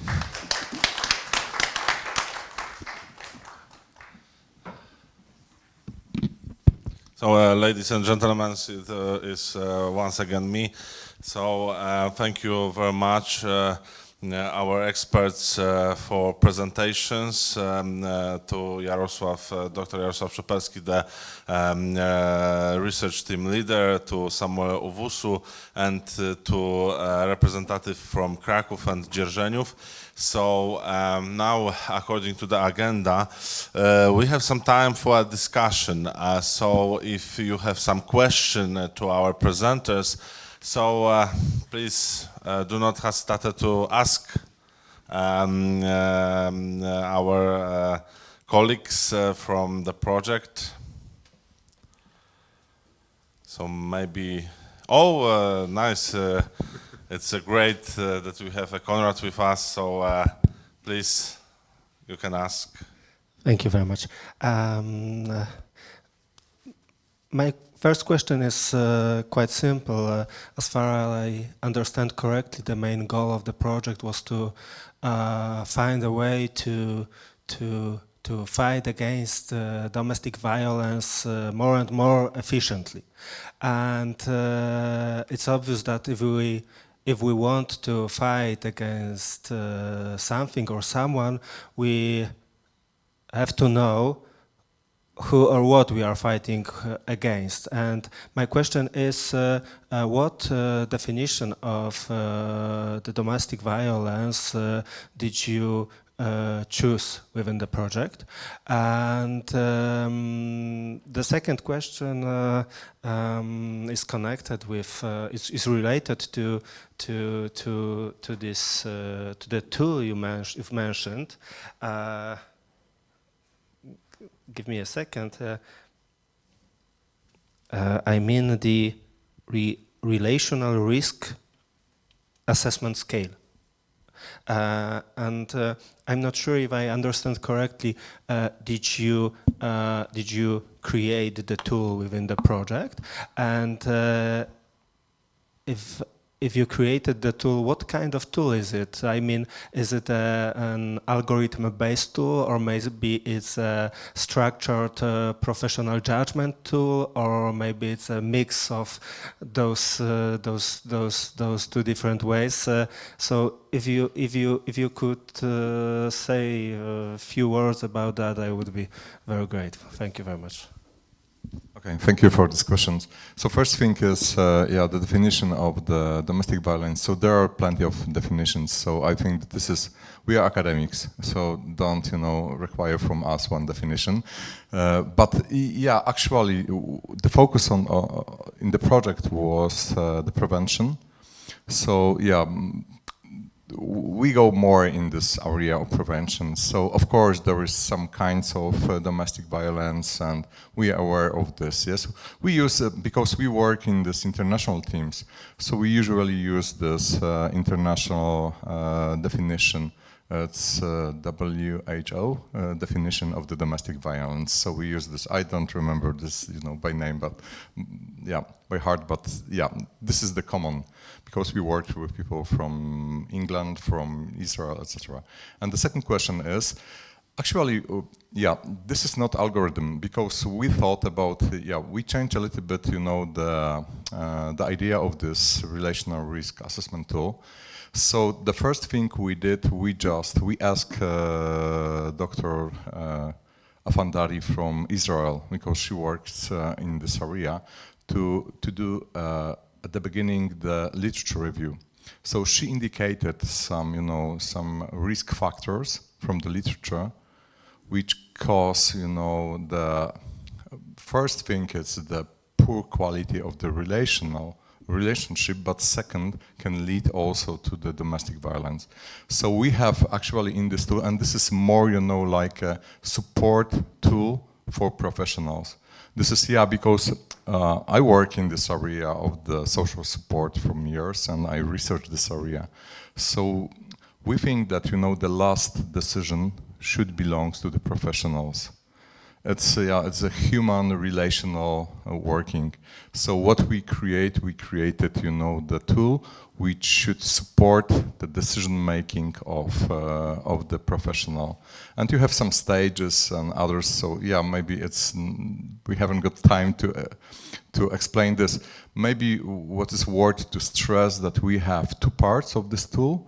One, it's more about relational.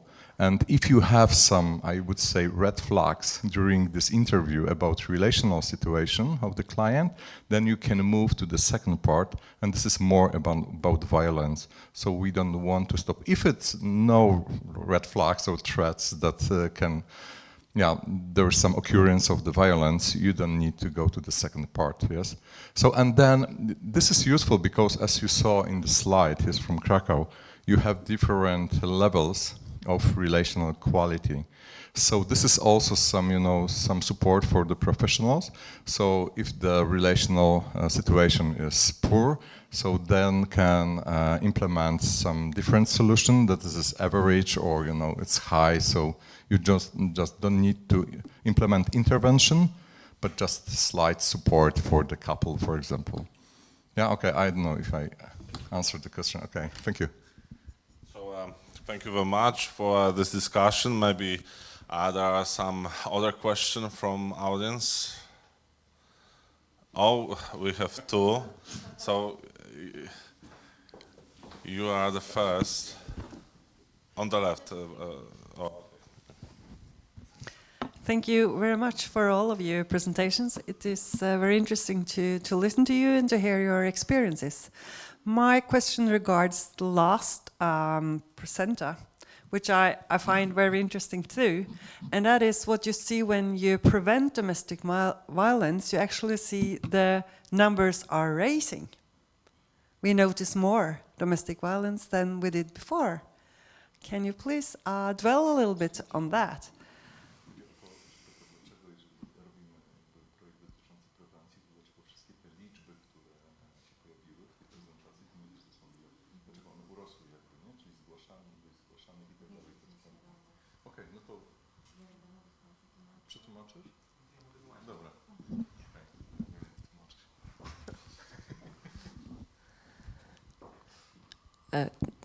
Tak zaskakującym jest to, że te liczby wzrosły, ale zależało nam na profilaktyce i na podniesieniu świadomości mieszkańców, abyśmy mogli szybko wychwytywać problemy w rodzinach.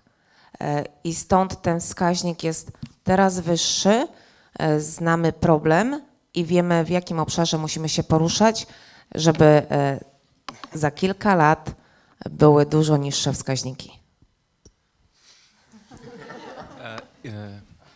When we see that the violence is rising, that it means that we didn't see it before. Now, thanks the project, we about the high awareness of the municipality, of the citizens, we see, and many weeks before we was in the, I say this, not, we was on the training with the, for example, Tomasz Gajewski, and he said that it's good that this, for example, blue cards rising, because now we can see and we can fight with this problem, and it's very good because of the awareness of the municipality. So okay, and there is next question. Yes, thank you. This is very informative. I have a question about the mediation rooms at a police station. That's quite concerning, actually, considering when we're talking domestic violence with the police. So that's a high-risk situation. And the power disparity between the offender and the victim into the mediation room, seriously, that's against all the international domestic violence instruments. So I was just wondering if you could explain the rationale behind that. Oh yeah, thank you for raising this point. I probably didn't make myself very clear. This was not in the context of violence. It was more of a conflict resolution, not necessarily violence. So based on the data I took this from, during the FGI, they gave this as an example that if a couple were having relationship problems, not necessarily violent relationship problems, but in our work, issues that could lead to deterioration of the quality of their relationship. So they gave an example as a mediation room, but I can understand that cases where there's actually already violence, we wouldn't want to encourage, a couple probably settling the case. It should be escalated. This is... Yes, but in the slide you have specifically, for example, mediation room in police stations. Yeah, but this is maybe because this was just the initial stage of the study, and it was, as you can see in the model, we haven't got the solution. So this is was ideas. So we refer, because we are scientists, so we refer the ideas of the workers, yes, professionals. So it was just, the example of some ideas which was, taken or, yes, emerged from the data. So, yeah, as even from evaluation, we used some, voices or some data to review the model. And it was also the first phase of the preparation of the model to have this research, so we could know the way how professionals see the system, or even this tension between domestic violence, relational approach, and we could see some mess in this in these ideas because it's not quite I think that one thing in this project is, this when is the relational problems become violence, and this is also a big and huge question for us, and this is also about this tool, and this is very thin, border between these two, things, and this is sometimes the problem. This is also the problem for the practitioners, because then you apply different intervention. This is more supportive, or this is a strong intervention you need if you have a domestic violence. So yeah, this is also, I think that for each project, especially for the research projects, you always have some questions at the end.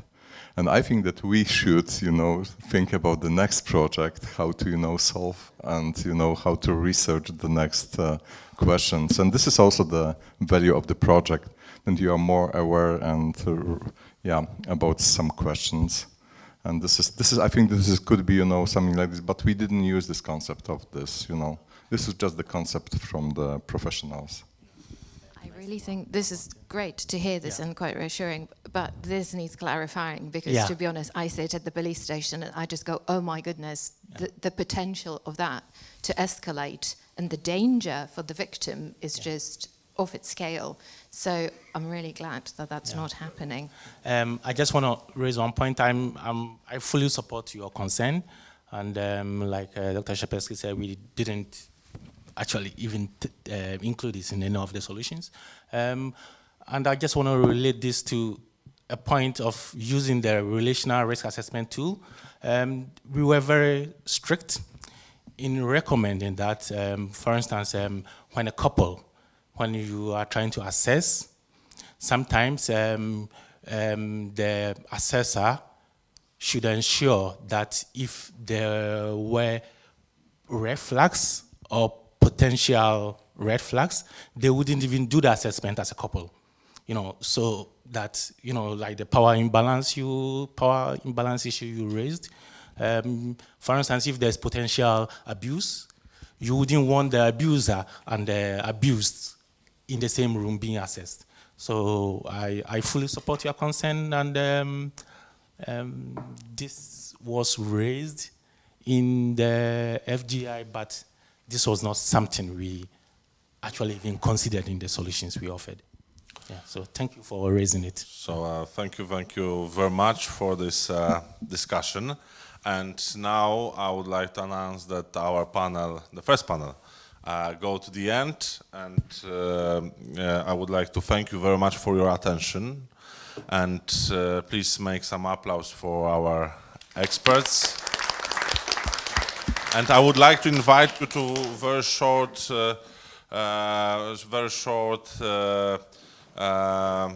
event during our event. So to the receiving the certificates from the director of the Institute of Justice to our panelists, and after then a very short 10-minute break, coffee, and see you again in the panel second. Thank you so much.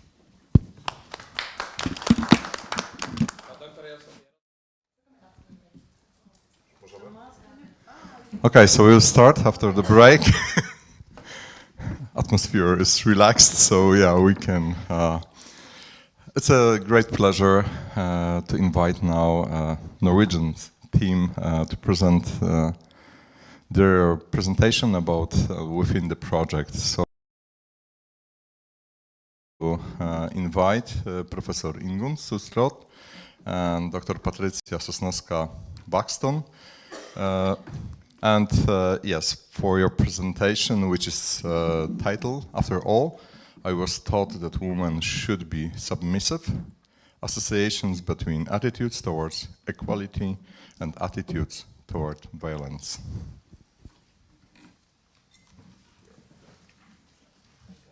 Yeah, okay, maybe this way. Sorry. Thank you.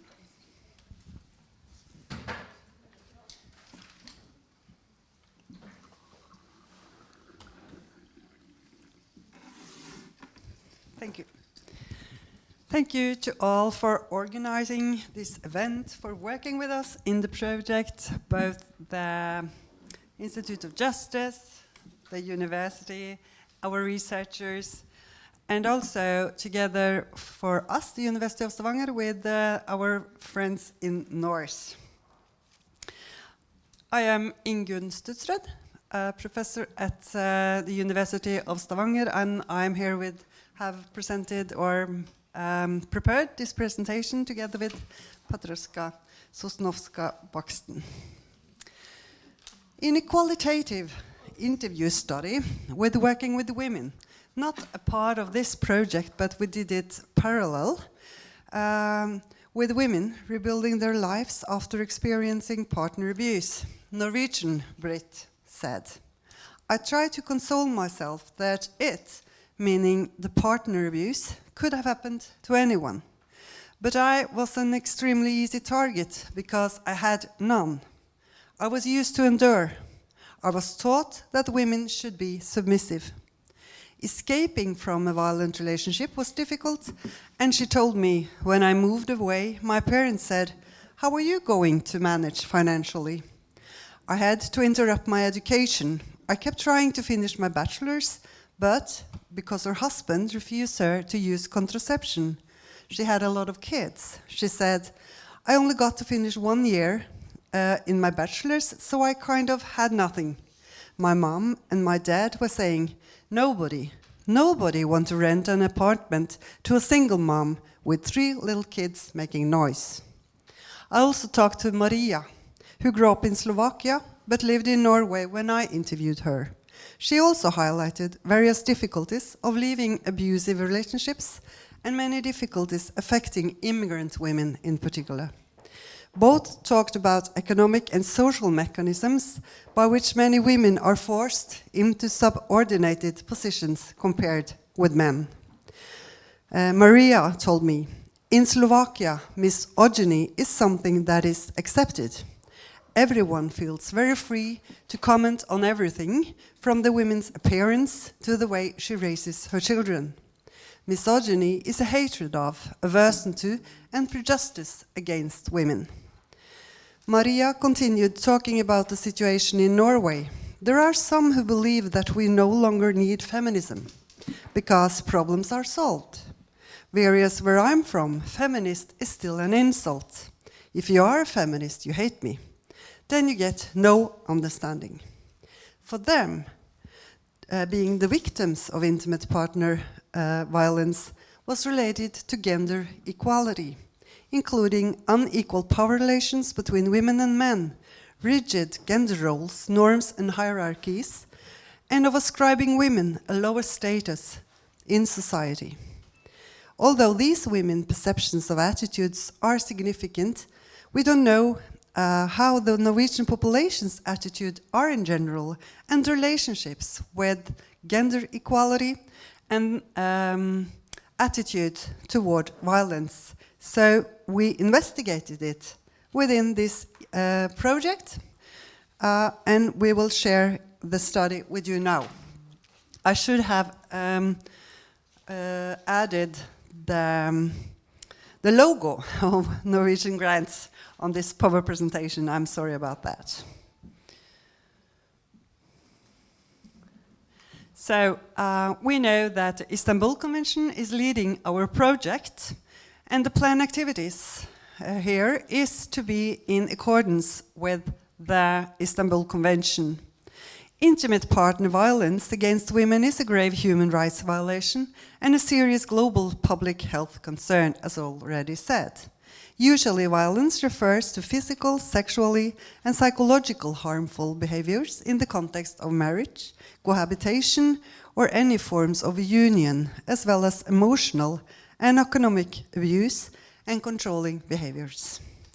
Intimate partner violence can have major short-term and long-term physical and mental health effects. Injuries, depression and anxiety, unwanted pregnancies, and sexually transmitted infections, among others, and can also lead to death. It is estimated that between 38% and 50% of the murders of women are committed by intimate partners globally. As of April 2024, in Norway, 21 people has been killed, and more than half of them was killed by a close relative, a partner, an ex-partner, a parent, or a child. In the last offense, happening in March this year, a man killed his wife and 2 children before he committed suicide. We know that following the Istanbul Convention, that equality between women and men is a key element in the prevention of violence against women, and that violence against women is a manifestation of historically unequal power relations between women and men, causing domination over and discrimination against women by men, and to the prevention of the full achievement of women. Norway tops the World Economic Forum Index of inclusive economics, and it does consistently well at closing the gender gap on access to education, labor force, participation and income. Norway also, back in 2003, opposed a gender quota obliging companies to ensure that at least 40% on board members were women.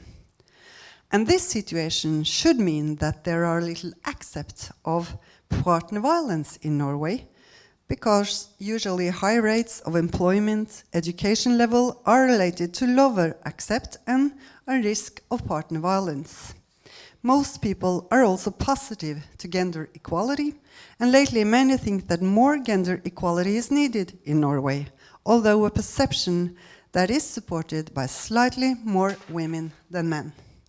We also know that the situation regarding estimates of lifetime or past year prevalence of physical or sexual or both violence, intimate partner violence, differs when it comes to in the world globally.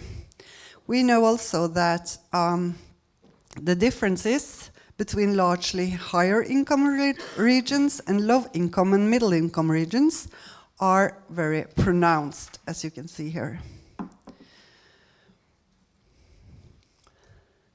So I want to share some of the data or this study that we conducted. It is published last year, although it's published in Norwegian. We wanted to explore not the attitudes toward gender equality and attitudes toward violence in close relationships, and we analyzed how Norwegians assess different attitudes that trivialize and minimize violence in relationships, and how these variations in attitudes can be explained by attitudes toward gender equality. We used a survey, the same survey that were conducted here in Poland, although you didn't add these questions as we did. So we can't do comparative analysis, unfortunately, between Poland and Norway in these attitudes. We administered the questionnaire to a representative sample of Norwegian population, and we used the company Kantar, or contracted them. The survey was administered during December 2021, and the questionnaire was submitted to over 3,182 respondents and was held open until we reached a sample of minimum 1,000. And we ended up with 1,029 participants, and they were stratified with regards to sex, age, and geography. What we then used, the variables which we collected from Webster and also the gender equity attitude scales, and these variables has been used internationally, measuring the similar things. So what are these attitudes that we used? We used attitudes or claims that excuses and trivializes domestic violence, like this, that family violence can be excused if it occurs as a result of becoming so angry that when you lose control, or that views that family violence is private and must be dealt with in the family, and that family violence can be excused if the perpetrator of the violence is under heavy influence of alcohol. We also used these questions or claims about the blaming and giving responsibility to women for domestic violence. Women who don't leave abusive partner, they are partly responsible for the violence continuing. And another claim, I don't think it's hard, as people say, for women to leave an abusive relationship, or women who wait weeks or months to report sexual assaults, they probably lie. And women fighting for custody rights make up or exaggerate allegations of violence to strengthen their case. We had two factors regarding gender equality. The first one had to do with gender equality in general and in the workplace. You see the questions or the claims here that many women exaggerate when they say that men and women in Norway are treated differently, or that gender discrimination is no longer a problem in Norwegian workplaces, for example. The last attitudes that we also measured was in the relationship and in close relations. We had three questions or claims. It is not good for the relationship that a woman earns more than the man, and when a man and a woman start dating, the women should not initiate sex. And third, when meeting other men, it's quite natural that a man wants to appear as the boss of the relationship. So what did we found? What we saw is that most participants, they strongly disagree to excusements and minimizing family violence or intimate partner violence.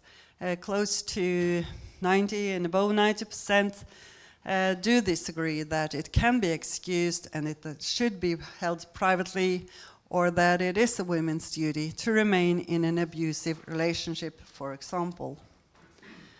What we also saw is that it was slightly bigger variances when it comes to blaming women for the abusive relationship.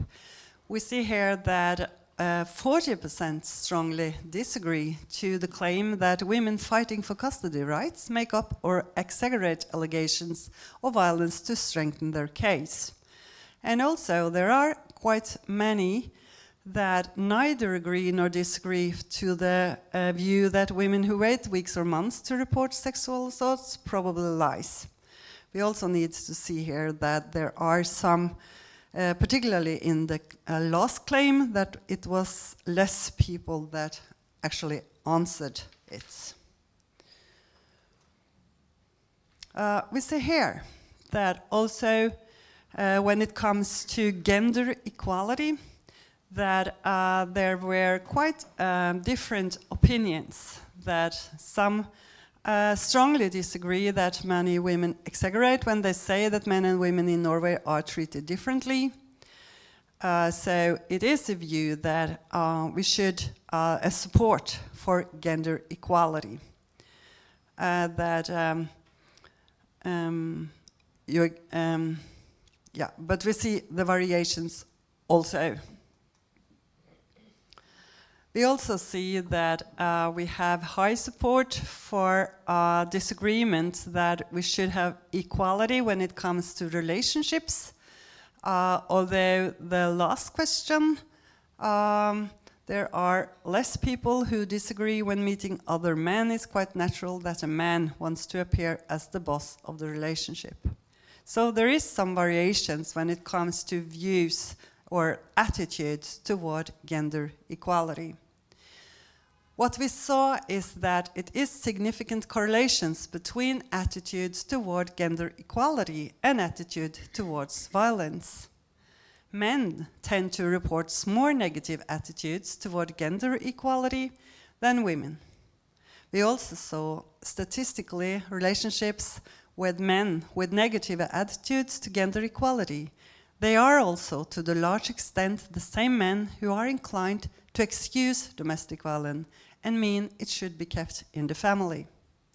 We also see that people with low level of education and income are more inclined to blame women and to hold them accountable for domestic violence compared to those with higher income and education. So what we can see about gender equality, is it a key to ending violence against women? Yes, there are strong evidence for associations between attitudes supporting gender equality and non-violent attitudes. So our findings support the Istanbul Convention, showing that equality between women and men is a key element in the prevention of violence against women. Thank you.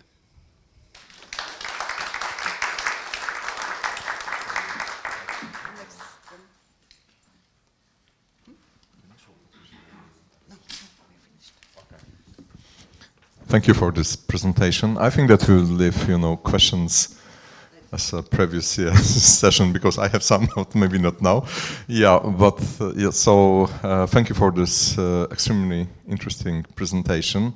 I think this raises also some questions. So this is the purpose of this presentation, to raise some questions also. So now I would like to invite Professor Britta Gjerstad and Ragnhild Gjerstad Sørensen to present a presentation with the title A Complex Concept, Different Definitions and Understandings of Domestic Violence and How It Can Be Affect Professionals' Work with Victims and Perpetrators.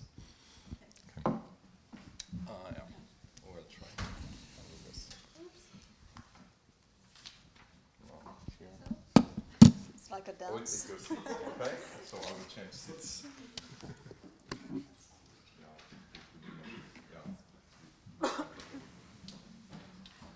So will we? Okay.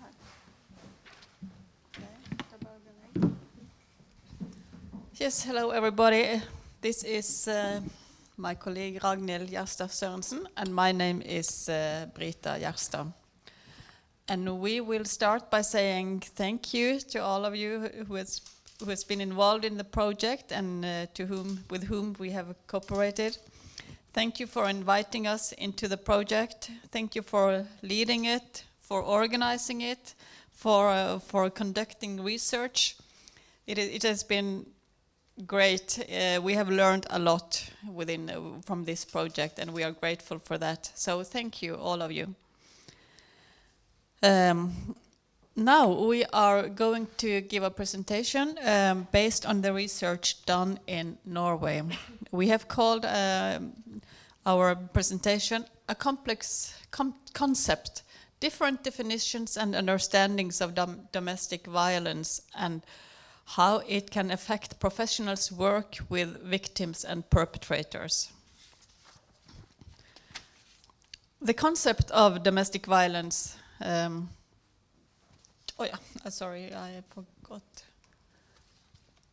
Yeah, the background. The concept of domestic violence covers a wide variety of experiences and actions, such as psychological and physical violence, fear, threats, control, conflicts. It can be one-way and reciprocal violence, and so it covers many things. And therefore, combating domestic violence is also a complex task. It involves many sectors, many professionals, different types of professionals, and administrative levels. And some of them has been mentioned from the Polish part of the project, the police, and also in Norway for the child welfare services, schools, crisis centers, NGOs, nurses, GP, social workers, midwives, and so on. And as I think we also have seen already today, there are many different approaches to this work. Some actors work with prevention, some support, some offer therapy, some investigate, some prosecute. And in addition to this, there are different mandates and duties that require different professionals to act in certain ways, in specific situations, or when they receive certain types of information from their clients, such as confidentiality, for example, which is expected in the fields of healthcare, schools, and kindergartens. However, there are exceptions to this duty, such as when the consent is given, or there is a legal obligation to share information with the child welfare services or police in order to avert criminal acts. And professionals in the police force have an investigative duty when there are reasonable reasons to suspect that criminal acts has been committed. Yes, and with this as a backdrop, we wanted to examine if different definitions and understandings of domestic violence affect professionals' work with victims and perpetrators. Yeah, you asked about the definitions of domestic violence. There are many, or different, as also Mr. Przeperski answers. There are many definitions, and we find these interesting. It's a way of distinguish between what is called intimate terrorism, which is a sort of violence that is characterized by gender asymmetry. It's a clear pattern of control and power, and it most often manifests in situations where men seek to achieve the subordination and compliance of women. So it's mostly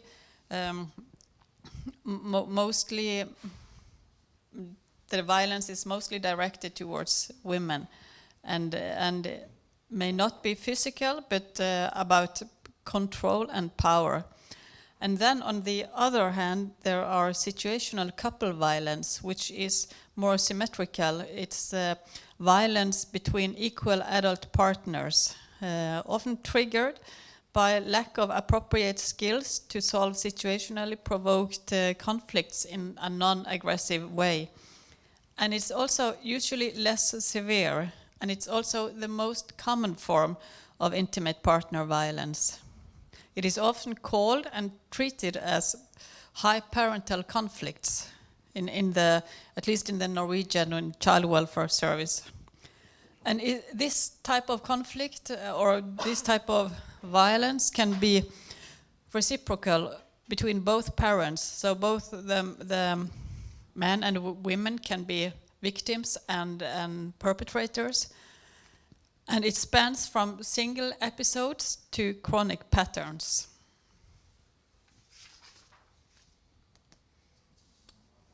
And to manage their work, professionals have to interpret and translate.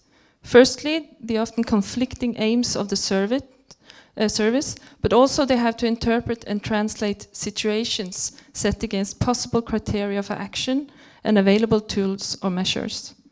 This means that the professionals have to exercise wide discretion in their decisions.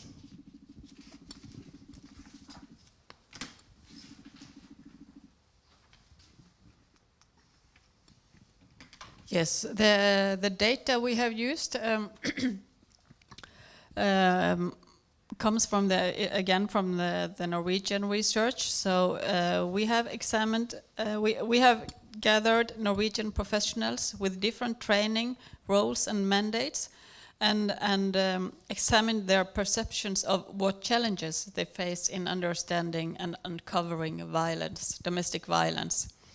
We have had 5 interviews, group interviews, interdisciplinary and also interagency. We had 1 individual interview, altogether 22 participants. And the following agencies were represented: the Child Welfare Service, the National Mediation Service, family counseling centers, crisis shelters, municipal administration, an NGO called Church City Mission, and also as Alternative to Violence, who offers therapy, counseling and therapy, and also the police. And just to add the point that these are Norwegian actors, and they have not used the risk assessment tool that have been used in the Polish Polish participants.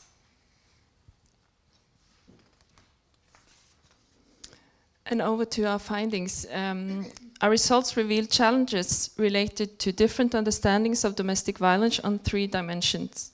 Firstly, different understandings among victims and perpetrators.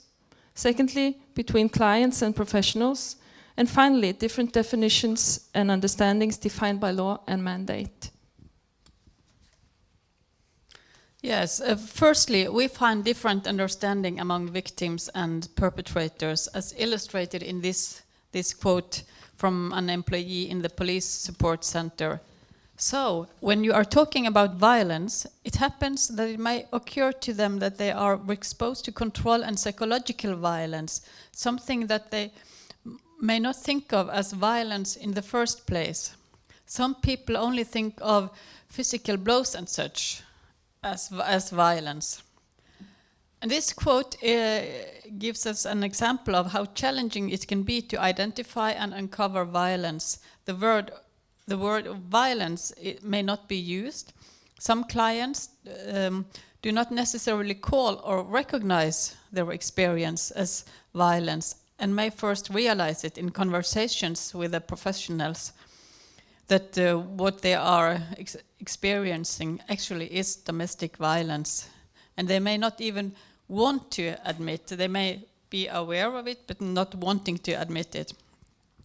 And this means that professionals have to interpret and use discretion in order to handle the situation. Our second dimension relates to different understandings between clients and professionals. We found that the professionals' emphasis on finding a shared understanding of domestic violence with their clients differs among services.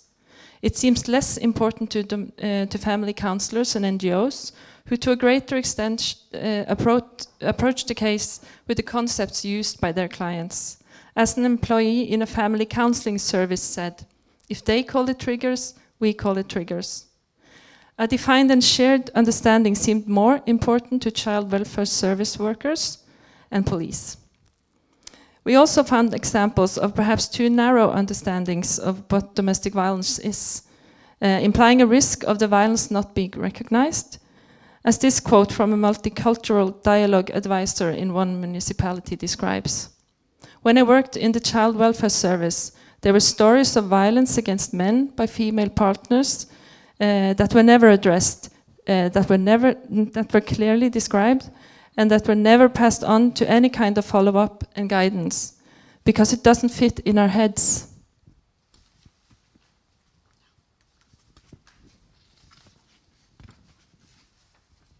The final dimension relates to understandings defined by law or mandate. We have a quote from an employee at the police support center who says, it may not even be defined as domestic violence, that is in a legal sense, because there are no facts that define it as domestic violence by prosecutors. So we also experience and are frustrated about that it's so strict with evidence, right? Something we consider very clear signs of violence may not be evidence for a prosecuting attorney to use it in a court case. So it's those things that we talk to victims about, while also supporting them in that situation and trying to help them to see a way out. To some professions, the violence and how it should be followed up is defined in their mandate, in their legal obligations or duty. This limits some of the professionals' possibilities to act. In this case, the prosecutors. In other cases, professionals are forced by legal obligations to act in certain ways, for example, when they suspect domestic violence. But this implies a risk that victims will not disclose their experience as violence. Offensive and or aggressive, unacceptable actions or attitudes that are understood as violence may not necessarily be defined nor proven as violence in a legal sense. Some cases also may have to be dismissed due to lack of evidence. On the other hand, we find examples of professionals trying to help based on their understanding of a violent situation, like this example, where the police support center recognized it as violence and tried to help in other ways than prosecution. As we reach the end of our presentation, we will review the key challenges related to different understandings of violence which affect professionals' work in this field. Many challenges are related to how violence is defined. We see that morally unacceptable actions are not necessarily illegal. Some professions need proof in order to act, while others do not.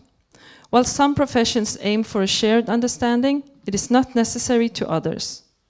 Narrow understandings of violence may hamper uncovering of domestic violence, and also victims may not disclose experiences because of professionals' legal obligations to report. Exercising discretion seems to be necessary and can be challenging, but it also implies a flexible approach into actions outside of the strict definitions and procedures. And so it can be seen also as a possibility. Thank you.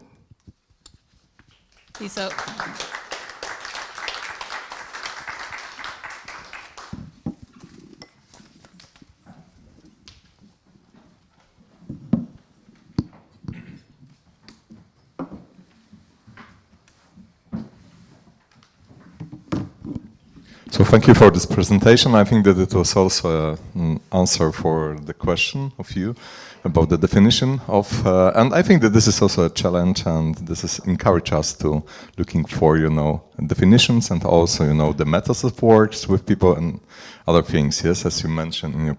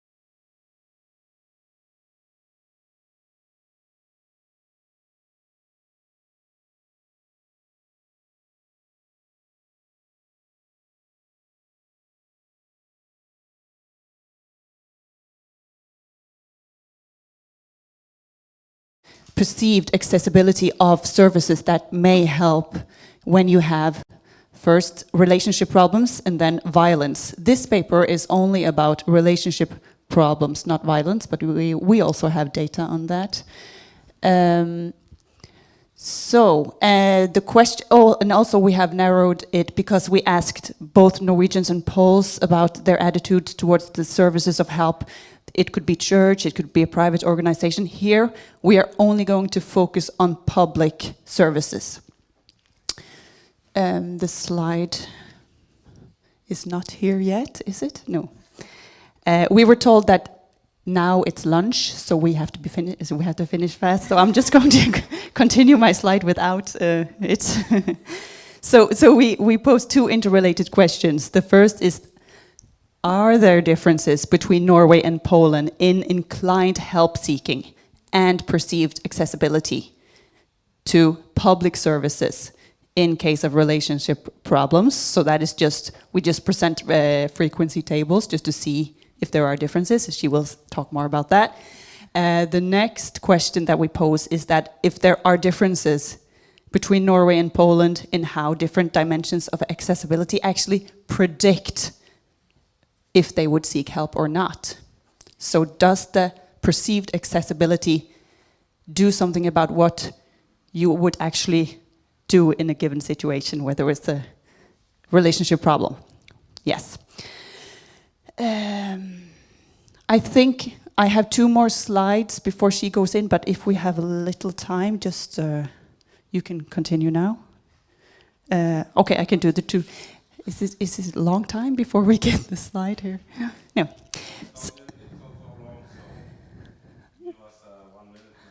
Yeah, I can just start. So couple relationship problems, we don't connect it to domestic violence in our paper because we don't really, so we just say it's we focus on how it's a widespread issue affecting various aspects of life, physical, mental health, work performance, and overall well-being. I sent it and I had her on a copy, so. On Tuesday? You didn't get it? No. Okay. Ja, du fick det, sant? Ja, jag fick det.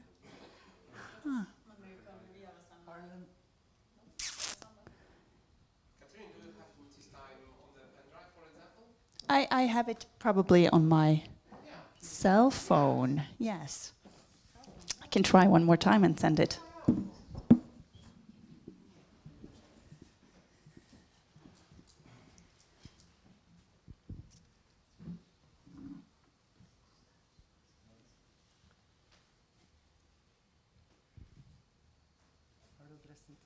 Tomasz. Or I didn't get it. But can she send it to you now? Yes, right now.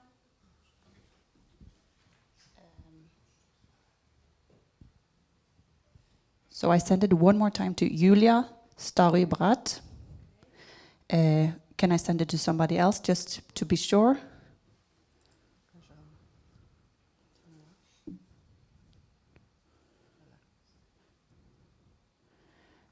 Tomasz Bujanowski? I can try that also, yes.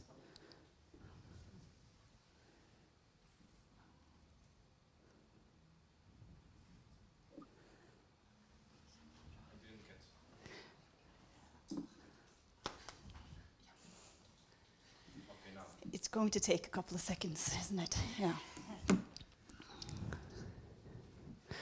Well, should I continue while you work on getting it? Yeah. Despite the availability of services assisting, who are supposed to assist people with relationship difficulties, there's a significant gap in the utilization, so people don't use it even though it's there. So our research aimed to address the scarcity of comparative studies on the inclination towards seeking help for couple relationship problems. By focusing on Norway and Poland, countries with distinct welfare systems and policies, we explore the perceptions of service accessibility and the inclination of individuals to seek help. So the scope is, I'm on slide 4 now, if you're going to jump into it, yes. So by focusing on Norway and Poland, countries with distinct welfare systems and policies, we explore the perceptions of service accessibility. Yes! And the inclination of individuals to seek help.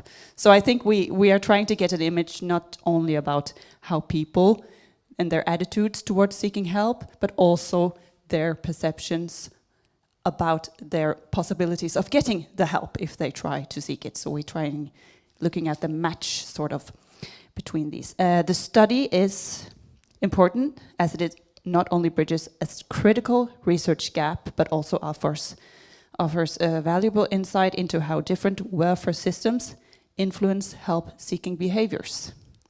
So the findings from this research could have significant implications for policymakers and practitioners guiding the development and optimization of services to better meet the needs of couples facing relationship challenges.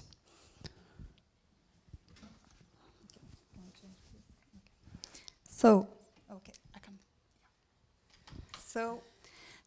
the data that this study is based on is from both Norway and Poland. So it's the study in Norway that Ingunn talked about previously, and it was done a similar study in Poland by Kantar, the market research company. And we did it to assess to which degree Norwegian and Polish adults were inclined to seek help if experiencing relationship problems.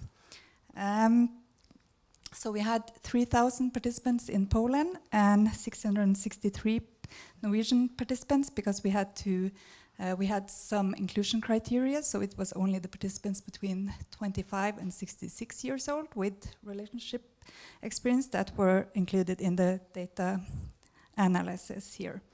And it was an approximate equal gender distribution, and the age range was approximately equal, but the level of education different between Norway and Poland, with a larger share of Poles with only basic education and more Norwegians with higher education, which might reflect country differences there.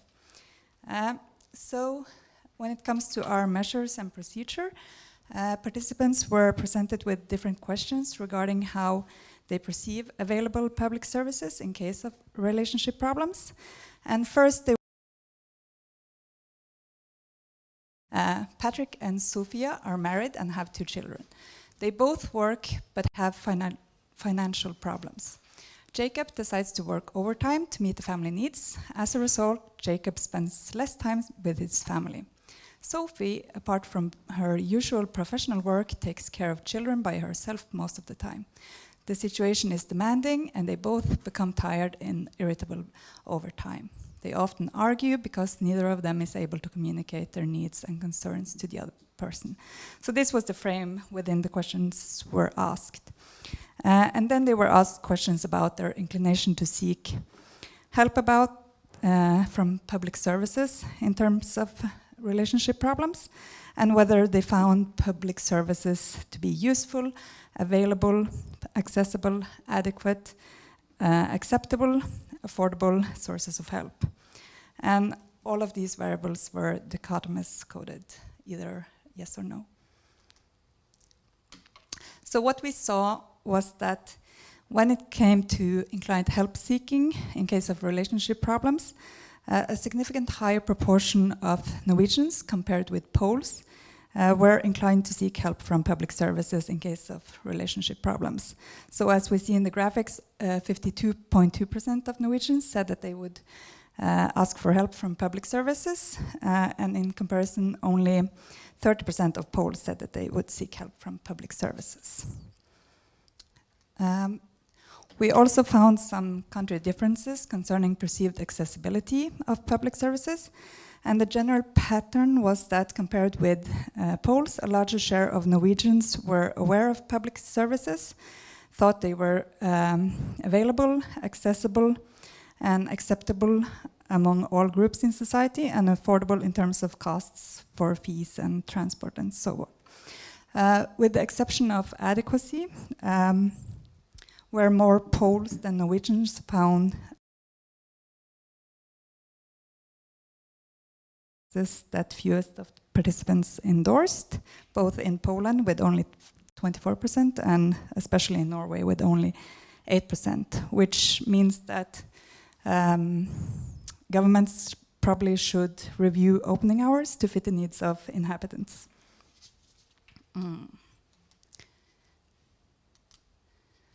So in the next step, we conducted a logistic regression to test whether dimension of access predicted inclined help seeking in the two countries, controlling for age, gender, and education.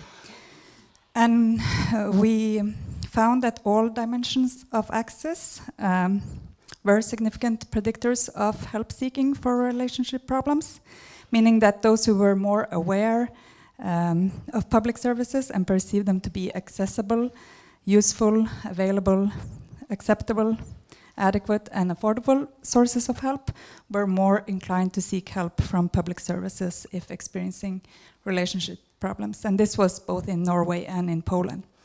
And we found some country differences where awareness or finding public services useful and having close access to public services were more strongly related to inclined help seeking in Norway than in Poland. So Poles that were aware of services were less likely to seek help from public services than Norwegians who were aware of public services. So to sum up, we found that a considerably larger share of Norwegians reported being aware of public services and perceived them to be available, accessible, acceptable, affordable sources of help in case of relationship problems. And Norwegians were more inclined to seek help from public services in case of relationship problems, which might not be surprising given the differences between Norway and Poland when it comes to welfare systems and policies. As all the dimensions of access predict help seeking in both countries, an effective way to increase help seeking would be to target the dimensions of access. In Norway, especially the physical accessibility, opening hours, and ensuring adequate opening hours could improve help seeking, while in Poland, raising awareness, as Samuel was talking a little bit about, and the availability of public services could help. So that was it. Thank you for listening, and I guess it's lunch soon. So, but we're opening for questions if there are any.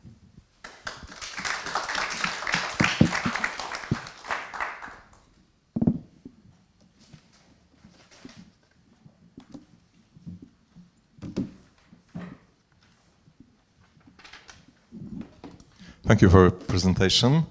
I think it's a difficult time because probably everyone thinks about lunch, but maybe we can, if you have any questions, we can spend 5-10 minutes to answer. So if you have any questions for our guests or partners more from Norway, yes, so this is the time for questions.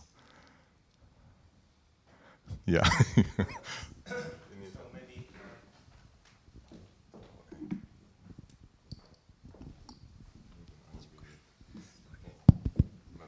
Thank you very much.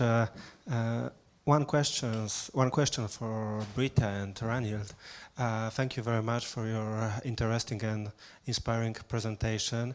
If I understand correctly, in your opinion, there is no one commonly known and commonly accepted definition of the domestic violence, and I agree with you, but as a lawyer I see that it's a very big problem, especially if we think about the criminal proceedings.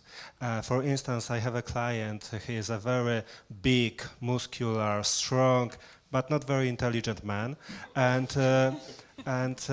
he's accused of domestic violence. And just imagine his frustration. He can't understand that he's accused of something that he thinks he never did.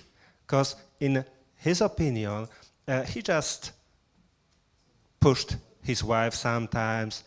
He just shouted at her sometimes. They were arguing. It's normal in a relationship. And he's frustrated that he's accused of something that he thinks is not a domestic violence. But of course, in the opinion of his wife, it is domestic violence. And in my opinion, it is domestic violence as well. But I can't do anything against my client. And what should we do? Should we try to change the situation? Is it possible to change the situation? Maybe we need a definition, but what kind of definition, and what can we make to make this definition commonly accepted within the whole society? Maybe not in the whole Europe, but maybe in Poland, in Norway. I don't know. If you can answer, I would be very grateful. Okay, thank you for your question and remark.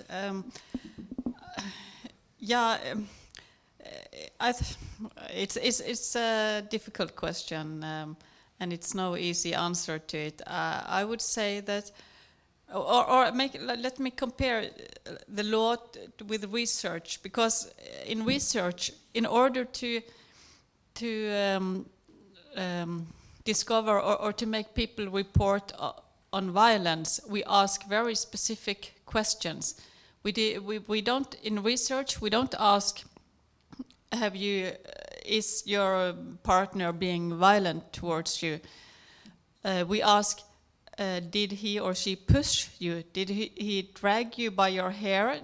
We ask very specific questions, because this general term violence doesn't work in research. And the law are, but you cannot make a law, or there are so many law people here, you know it better than I, that it would be very difficult to make a law that lists a lot of criteria or definitions, a law that specify the definition. But I think I'm not. I cannot recall it 100%. But in Norway, we have in the Norwegian law we have a term that opens up for this intimate terror, to react on intimate terror, because that is a kind of violence that is difficult to deal with, because it doesn't look. It is not necessarily physical, so it does not necessarily look as violence, but we have, and I'm sorry, but I don't remember the exact phrase, but it's something that it is going on. It's a limitation or a control that is steadily going on, because otherwise you wouldn't recognize it as violence. So, well, to answer your question, it would be great with a law that made it possible to react on all sort of violence, all cases of violence. But yeah, I think a law person is better than me to in the position to answer that question. Thank you very much. But in the end of the criminal proceedings, we want to achieve something. We want to change the perpetrator. And how we can change perpetrator if he can't understand that his behavior was bad? Because he still thinks that he can push sometimes his wife, shout at her, because in his opinion, it's something typical in a relationship. And what can be done to change this situation? And do you think that, for example, criminal proceedings is a good way to fighting with that kind of opinions, or we should try something else, and the education from the beginning is the best way to change the mind of people, of potential perpetrators? I would say both, because you have to react when bad things happen, but also maybe you have to, like you have done in many of the Polish municipalities taking part in the project, building awareness about what is it actually is violence what you are doing right now, and also yes really to explore attitudes and to avoid normalizing situation, but because that's a problem also among victims. They get used to the violence in a way, so it's normal. So, and I think that hamper disclosure. No, not disclosure. Prevention. It makes it difficult to disclose and prevent violence. So, well, also whatever we can think of, all means should be used. I think we cannot, or I'm not able to decide we should go for this and that. We should. I think we need a combination to target different target groups. Actually, yes, people, different sort of actors, different sort of perpetrators, female, male, whatever. No. Legal instruments describe what is domestic violence. Oh, excuse me. Legal instruments describe what is domestic violence. I mean, the Istanbul Convention does precisely describe what is domestic violence, what counts. Oh, sorry. You know this. The Istanbul Convention does precisely give a definition of what domestic violence is. So whether the client understands that or not is, in a sense, irrelevant. He still committed a criminal act. I mean, that's the law as far as I understand. I mean, Britta's absolutely correct. We need education. Without education, if neither the perpetrator, neither the victim know what is happening is violence, but also a distinction between abuse and violence, which is absent in Polish language. I don't know if it's the same in Norwegian. Sure, I know that there is the definition in the Istanbul Convention, but the question is if we can blame perpetrator for domestic violence if he can't understand that his behavior is domestic violence. Well, if there are intellectual limitations, that's a very different story. But if it's declared compos mentis, of course we do. But there are not only some intellectual limitations, but also cultural, sociological limitations. He lives in a society, in a small group, which in which the definition of domestic violence is different than in Istanbul Convention. That's relativizing. We have the law, and you know, you can't say, oh, he didn't understand it. Like I said, if he's not declared compos mentis, then that's a very different story. But that's not what you're saying. Just because he's not very bright, it doesn't mean he doesn't understand the criminal act. We do the same with the legal age of criminal responsibility. So whether he was brought up in such environment, well, it's neither here nor there. Well, Poland's been struggling a lot with speeding drivers. So are we saying, oh, that's okay because it's culturally permissible? Of course not. So why do we seek these excuses for domestic violence? It's the same crime, equally deadly. Okay, but I understand that and I agree with you. But please imagine his frustration, his own frustration that he's accused of something that he, in his opinion... Imagine the victim, okay, how she must feel. Sure, but what we can do with this perpetrator, how we can change him if he can't understand that he did something wrong? Well, punishment definitely is necessary there. I would definitely think, well, there is actually trials going on to see how effective working with domestic violence perpetrators is. I mean, the jury is out. We know we're not necessarily very successful in that. But yeah, education, exactly as Britta said, without it, we're not going to get anywhere, absolutely. But, you know, again, look at Poland and driving.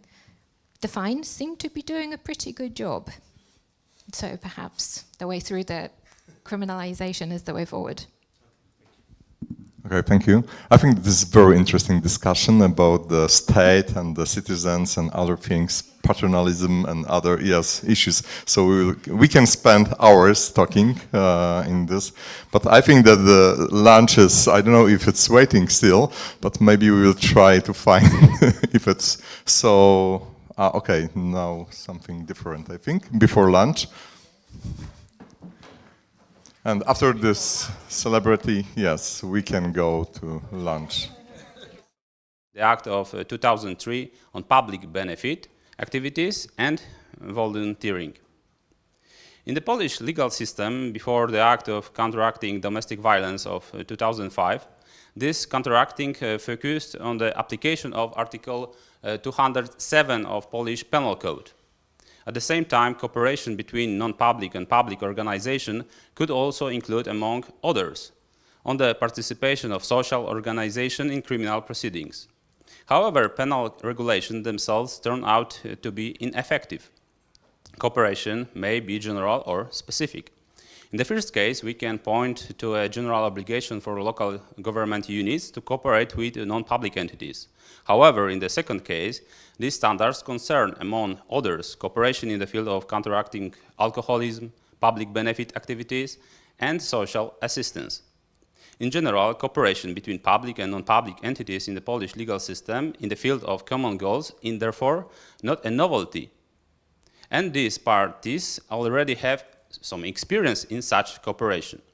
In the case of norm explicitly relating to the cooperation of public and non-public entities in the field of counteracting domestic violence, there are international and Polish norms. Such cooperation is provided in Article 9 of Istanbul Convention. The Convention, therefore, appreciated the existing achievements and experience of NGOs in this area. In the context of the Polish legal order, a norm has been used for almost 20 years that directly includes the obligation of public authorities to cooperate with non-public entities in the field of counteracting domestic violence. These standards is included in the Act of Counteracting Domestic Violence. In relation to Istanbul Convention, this norm does not contain a minimum degree of cooperation. And partial conclusion of point number 2. Counteracting domestic violence as part of the cooperation of public and non-public entities is directly included in the Polish legal order. This cooperation existed even before the current constitution came into force. The existing norms concern counteracting first indirectly and then directly within the framework of this principle of cooperation. Point number 3, the subjective aspect.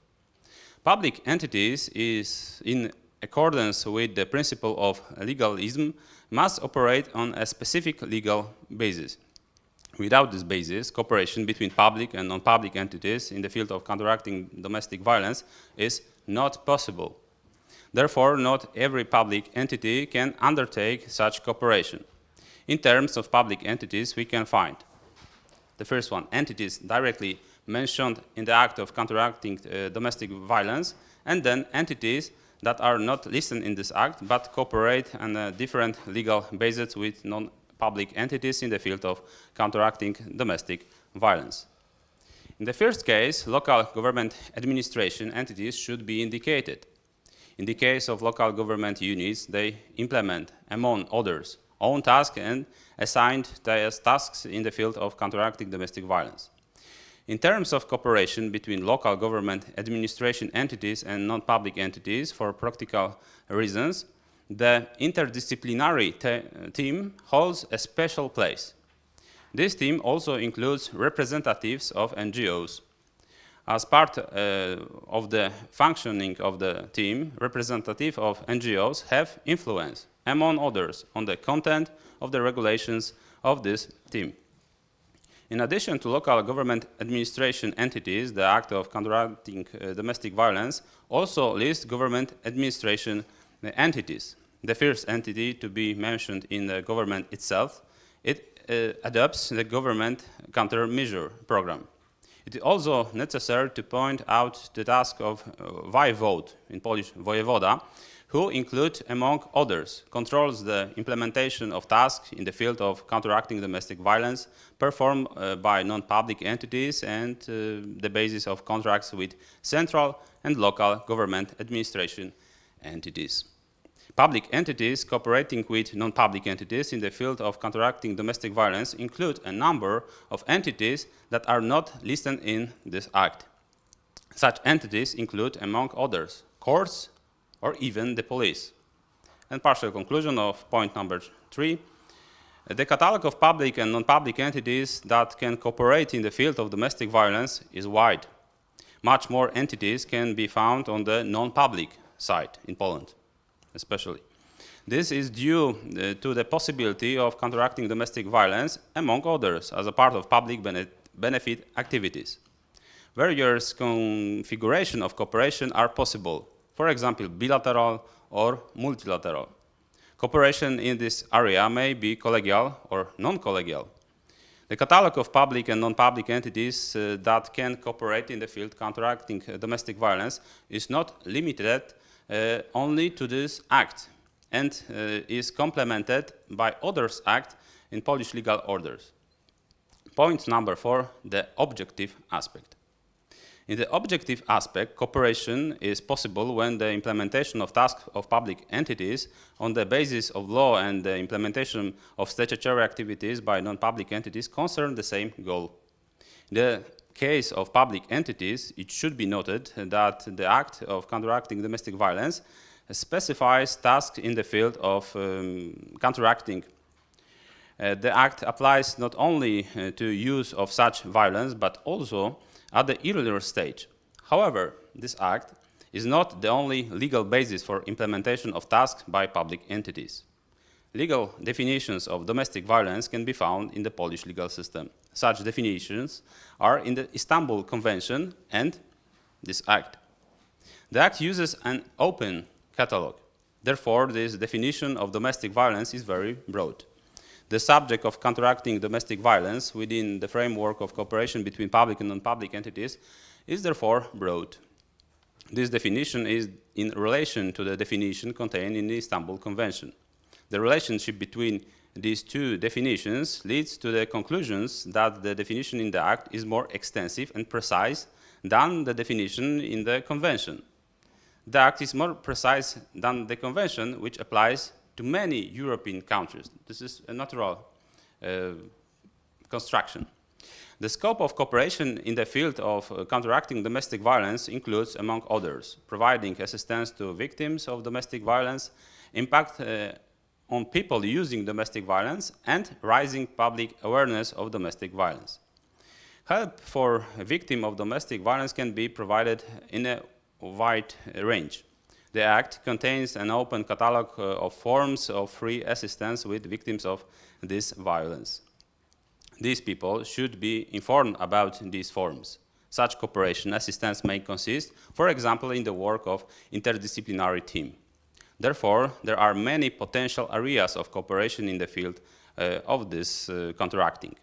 In terms of the subject of cooperation, non-public entities are more flexible because to change the scope of their activities, only a modification of the internal document is required.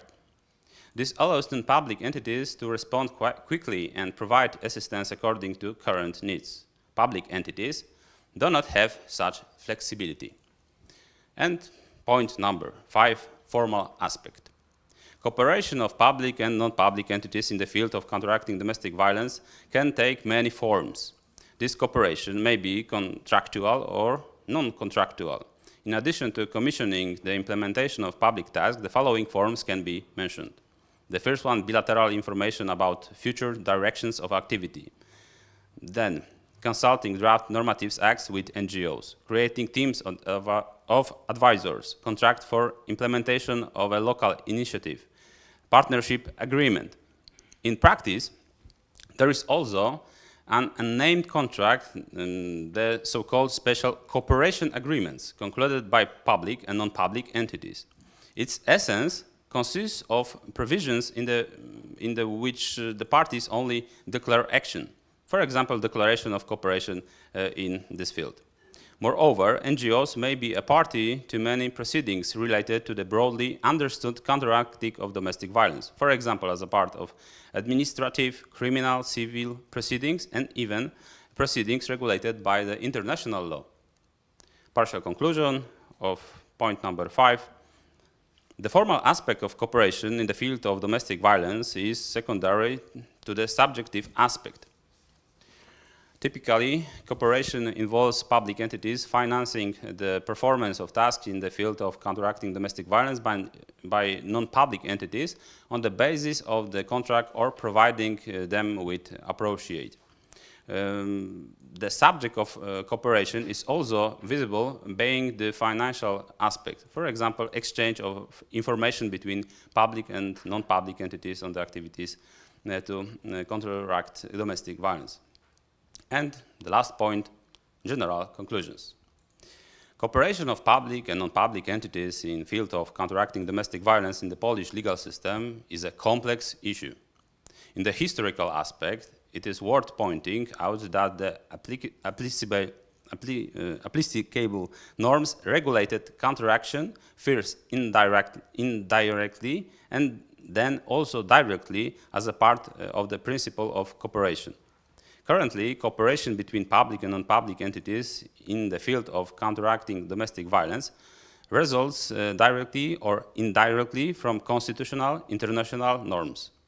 These norms remain in the vertical and horizontal relationship with each other as an element of the Polish legal order. It is necessary to use the help of non-public entities which often have less formalized relation with victims of domestic violence and can inspire appropriate trust. Moreover, such entities operate within the framework of pluralism of statutory activities, which may concern specific areas of activity and have appropriate staff. They also have appropriate experience in the statutory activities. The Polish legislator himself indicated before the inclusion of the Istanbul Convention that most activities to counteract domestic violence in Poland are undertaken in cooperation with NGOs. There are many potential areas of cooperation in the field of counteracting domestic violence.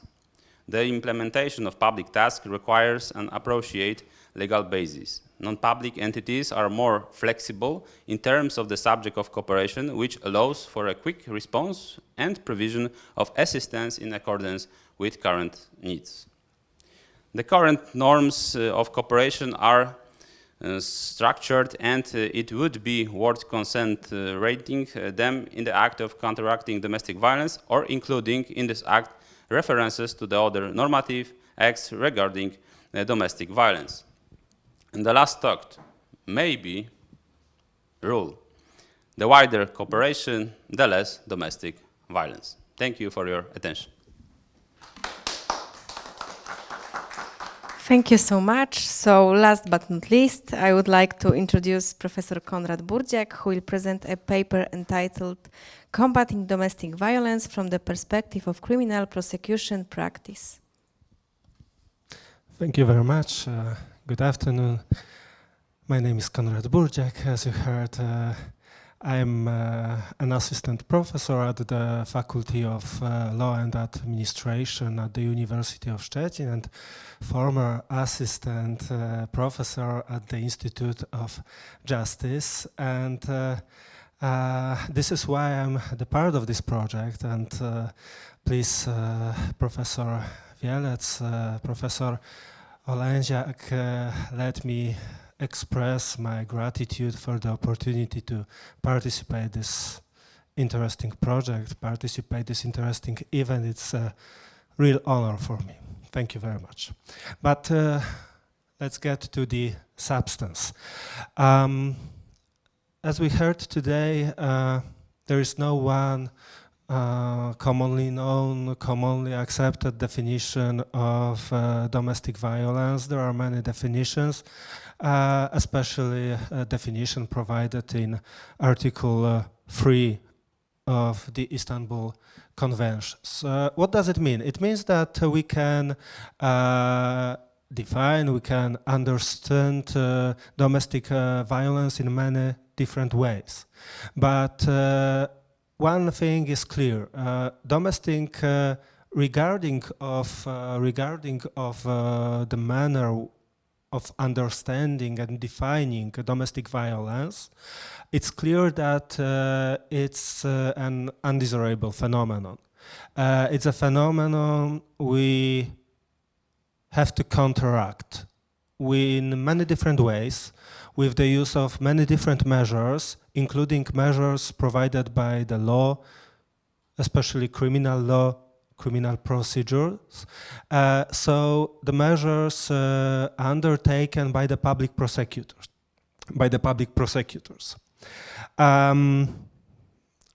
Unfortunately, using the measures provided by the criminal law is not very easy, and public prosecutors are not ready and are not prepared to use them in adequate way. Why? Because of the complexity of the issue. In every case, public prosecutor has to assess whether in this case there is a risk of domestic violence, how high is the risk, what kind of the risk is it. He has to assess what measures are justified in the case and which measures has to be used in a specific case. And it's not easy, and it's obvious, and it's not easy especially because of the time, because the public prosecutor has to assess everything in a moment. It has to be quick. It has to be even immediate to assess all the things. And public prosecutors are not ready to do that because they do not have some hard competences in the scope of psychology, pedagogy, sociology, criminology. What is more, they do not have any tools they can use to make the assessment more objective, more effective, quicker especially. And the question is what can be done? What can be done to change the situation? And in my opinion, there are two ways. But both of them are related to giving public prosecutors an instrument, a tool, which help them to make the assessment simple, effective, quick, and adequate. And as I said, there are two ways. First way, giving a tool based on algorithm. It's nothing new. We used algorithm all over the world. We used algorithms in Europe. We used algorithms, for instance, in, I don't know, Great Britain and in Estonia. And we use them for for different cases. I don't know, if we want to verify what kind of measures should be used for resocialization, we can use the OASIS system produced in Great Britain. And we can use algorithms also to assess the risk of domestic violence. This is the first way. Algorithms are objective. Algorithms are non-human based, so there are no emotions. Another way is a tool based on a structured professional judgment, and I think this is the tool the Polish research team invented and tried to I hope that they try to make it in a common use by the Polish institutions. I'm thinking about this. Let me check. Relational risk assessment scale. I think is a typical structured professional judgment. It's not as objective as the tools based on algorithms, but is more human. We can be sure that we check all the all the things, but still we have to make our own assessment if there is a risk of domestic violence or not. And of course, there are other instruments in Europe like this scale. I mean, SARA, this is spousal assault risk assessment. There is Be Safer, brief spousal assault form for the evaluation of risk. There are great tools used by different countries, but there is no one tool used in the whole Europe. And we have to remember that there is no one tool that is perfect. So we still need a human who will verify if the result of the use of the tools based on algorithms or the structured professional judgment is correct or not. I think we are going in a good direction, but in my opinion, we should make something bigger. I hope that in future it will be possible to undertake studies in the whole Europe on the possibility of creating a tool or tools which could be used throughout Europe, which will standardize the way in which domestic violence is dealt with, which would ensure that the procedure is objective and which would provide with due protection for the freedoms and rights of the victims. Of course, I understand that it's not easy and it will take a long of time and a lot of money and a lot of power or a lot of people, but I think that if we could try to make it on the European level, it would reduce the cost of creating this tool and of implementing and maintaining it in individual national stand, as well as providing the opportunity for a real exchange of insights and good practice between law enforcement agencies from individual nation states, which would, in my opinion, certainly have an impact on further new public order initiatives. So this is my short view on the problem of the use of the assessment of the domestic violence by public prosecutors.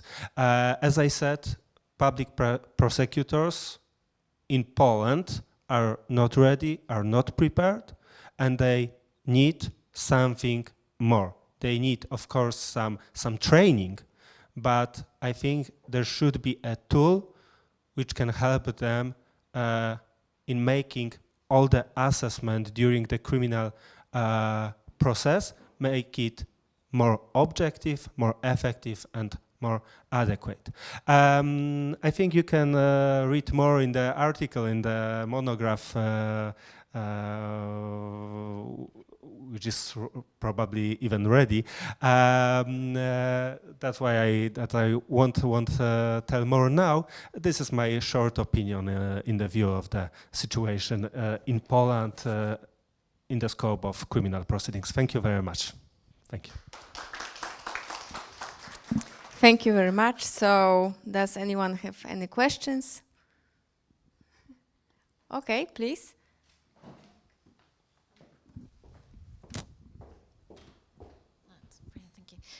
That's fantastic to have both the family law and the criminal law here, in particular when it comes to domestic violence and parental authority in Poland. Because there's a problem, because the case can be domestic violence case, well, a divorce based on domestic violence can be going through the courts and PA being decided before the criminal case been concluded. So I was just wondering how that is bridged, because that's a big problem in domestic violence. I was wondering if you have something to comment on that.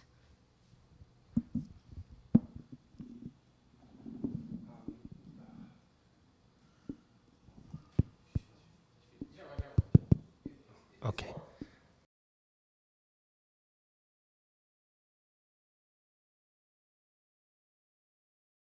In the definition, No, so if there's a domestic violence divorce going on, and the family law court needs to decide PA, in particular when one of the parent is the perpetrator against the other parent or the child, or both, most likely both,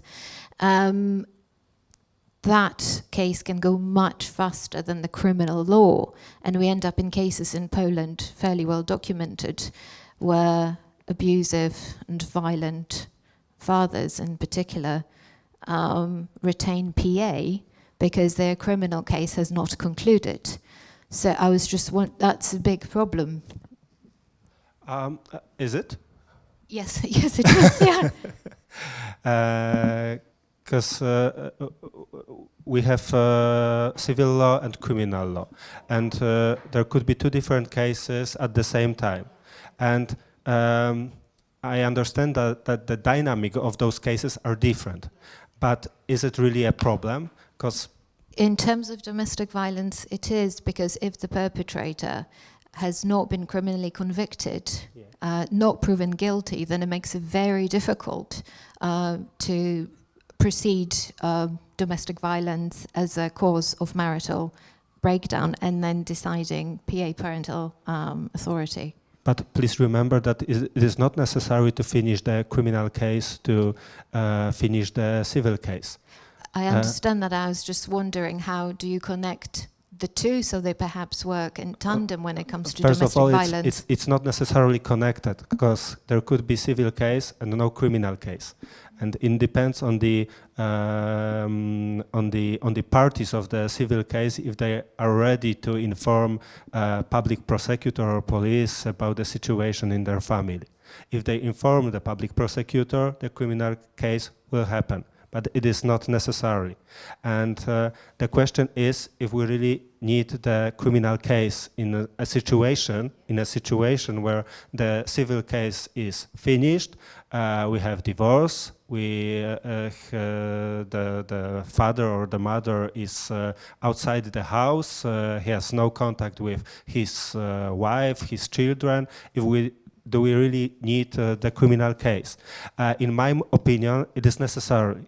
The punishment is needed in such situation, but I'm not sure if in every situation it will be the best way to open the criminal case, because I can understand that there are different situations in the family, and sometimes victims during the criminal cases could be secondarily victimized, and I can understand that sometimes they don't want to inform police, public prosecutor about the situation. I can understand that.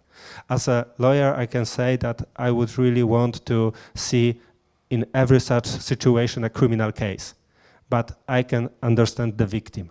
Sometimes the victim wants just to make the perpetrator get away, and it's enough to start living normally, without this violence, without this pressure, without this economic, psychological, physical.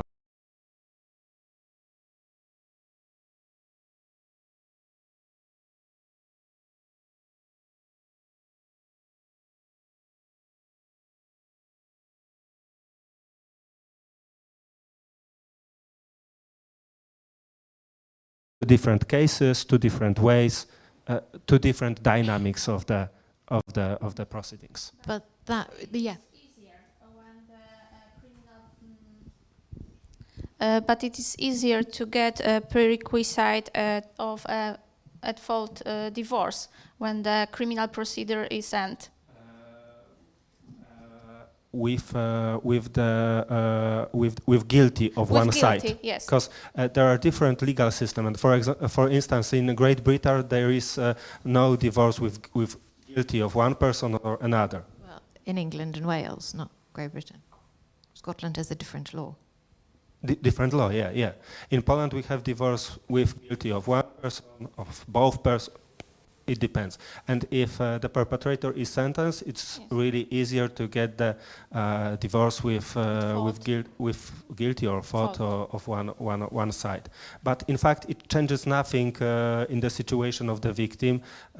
Maybe something with alimony or something like that, but nothing more. That's not what the victims are saying in my research, but I'm really interested in what you said because you also mentioned the threshold or seriousness of violence. So how do you prove that without criminal conviction, which I also know is a problem? I think it is no problem when the criminal procedure is open and there is nobody victim, nobody guilty to get a prerequisite of at fault divorce. I think so. So how does it go with the threshold of severity of violence? Who decides that in family or guardianship proceedings? I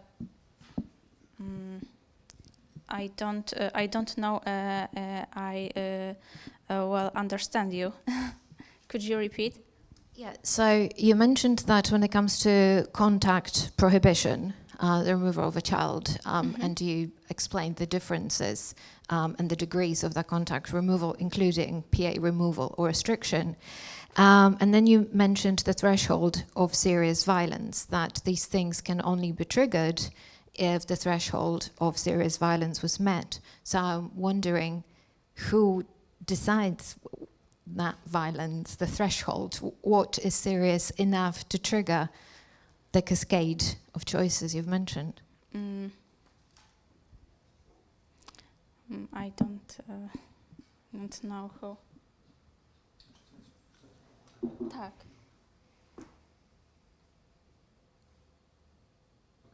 Nie.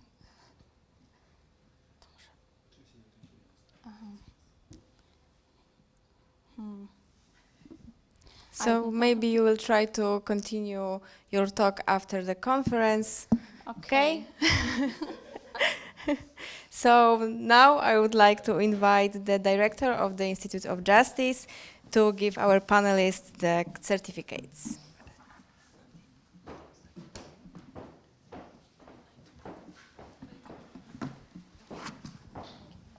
So very shortly and briefly, thank you very much, the team.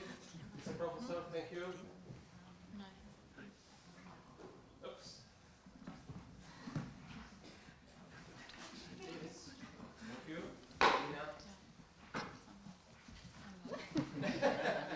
Thank you. And Mr. Mecenas. Thank you very much. Sorry.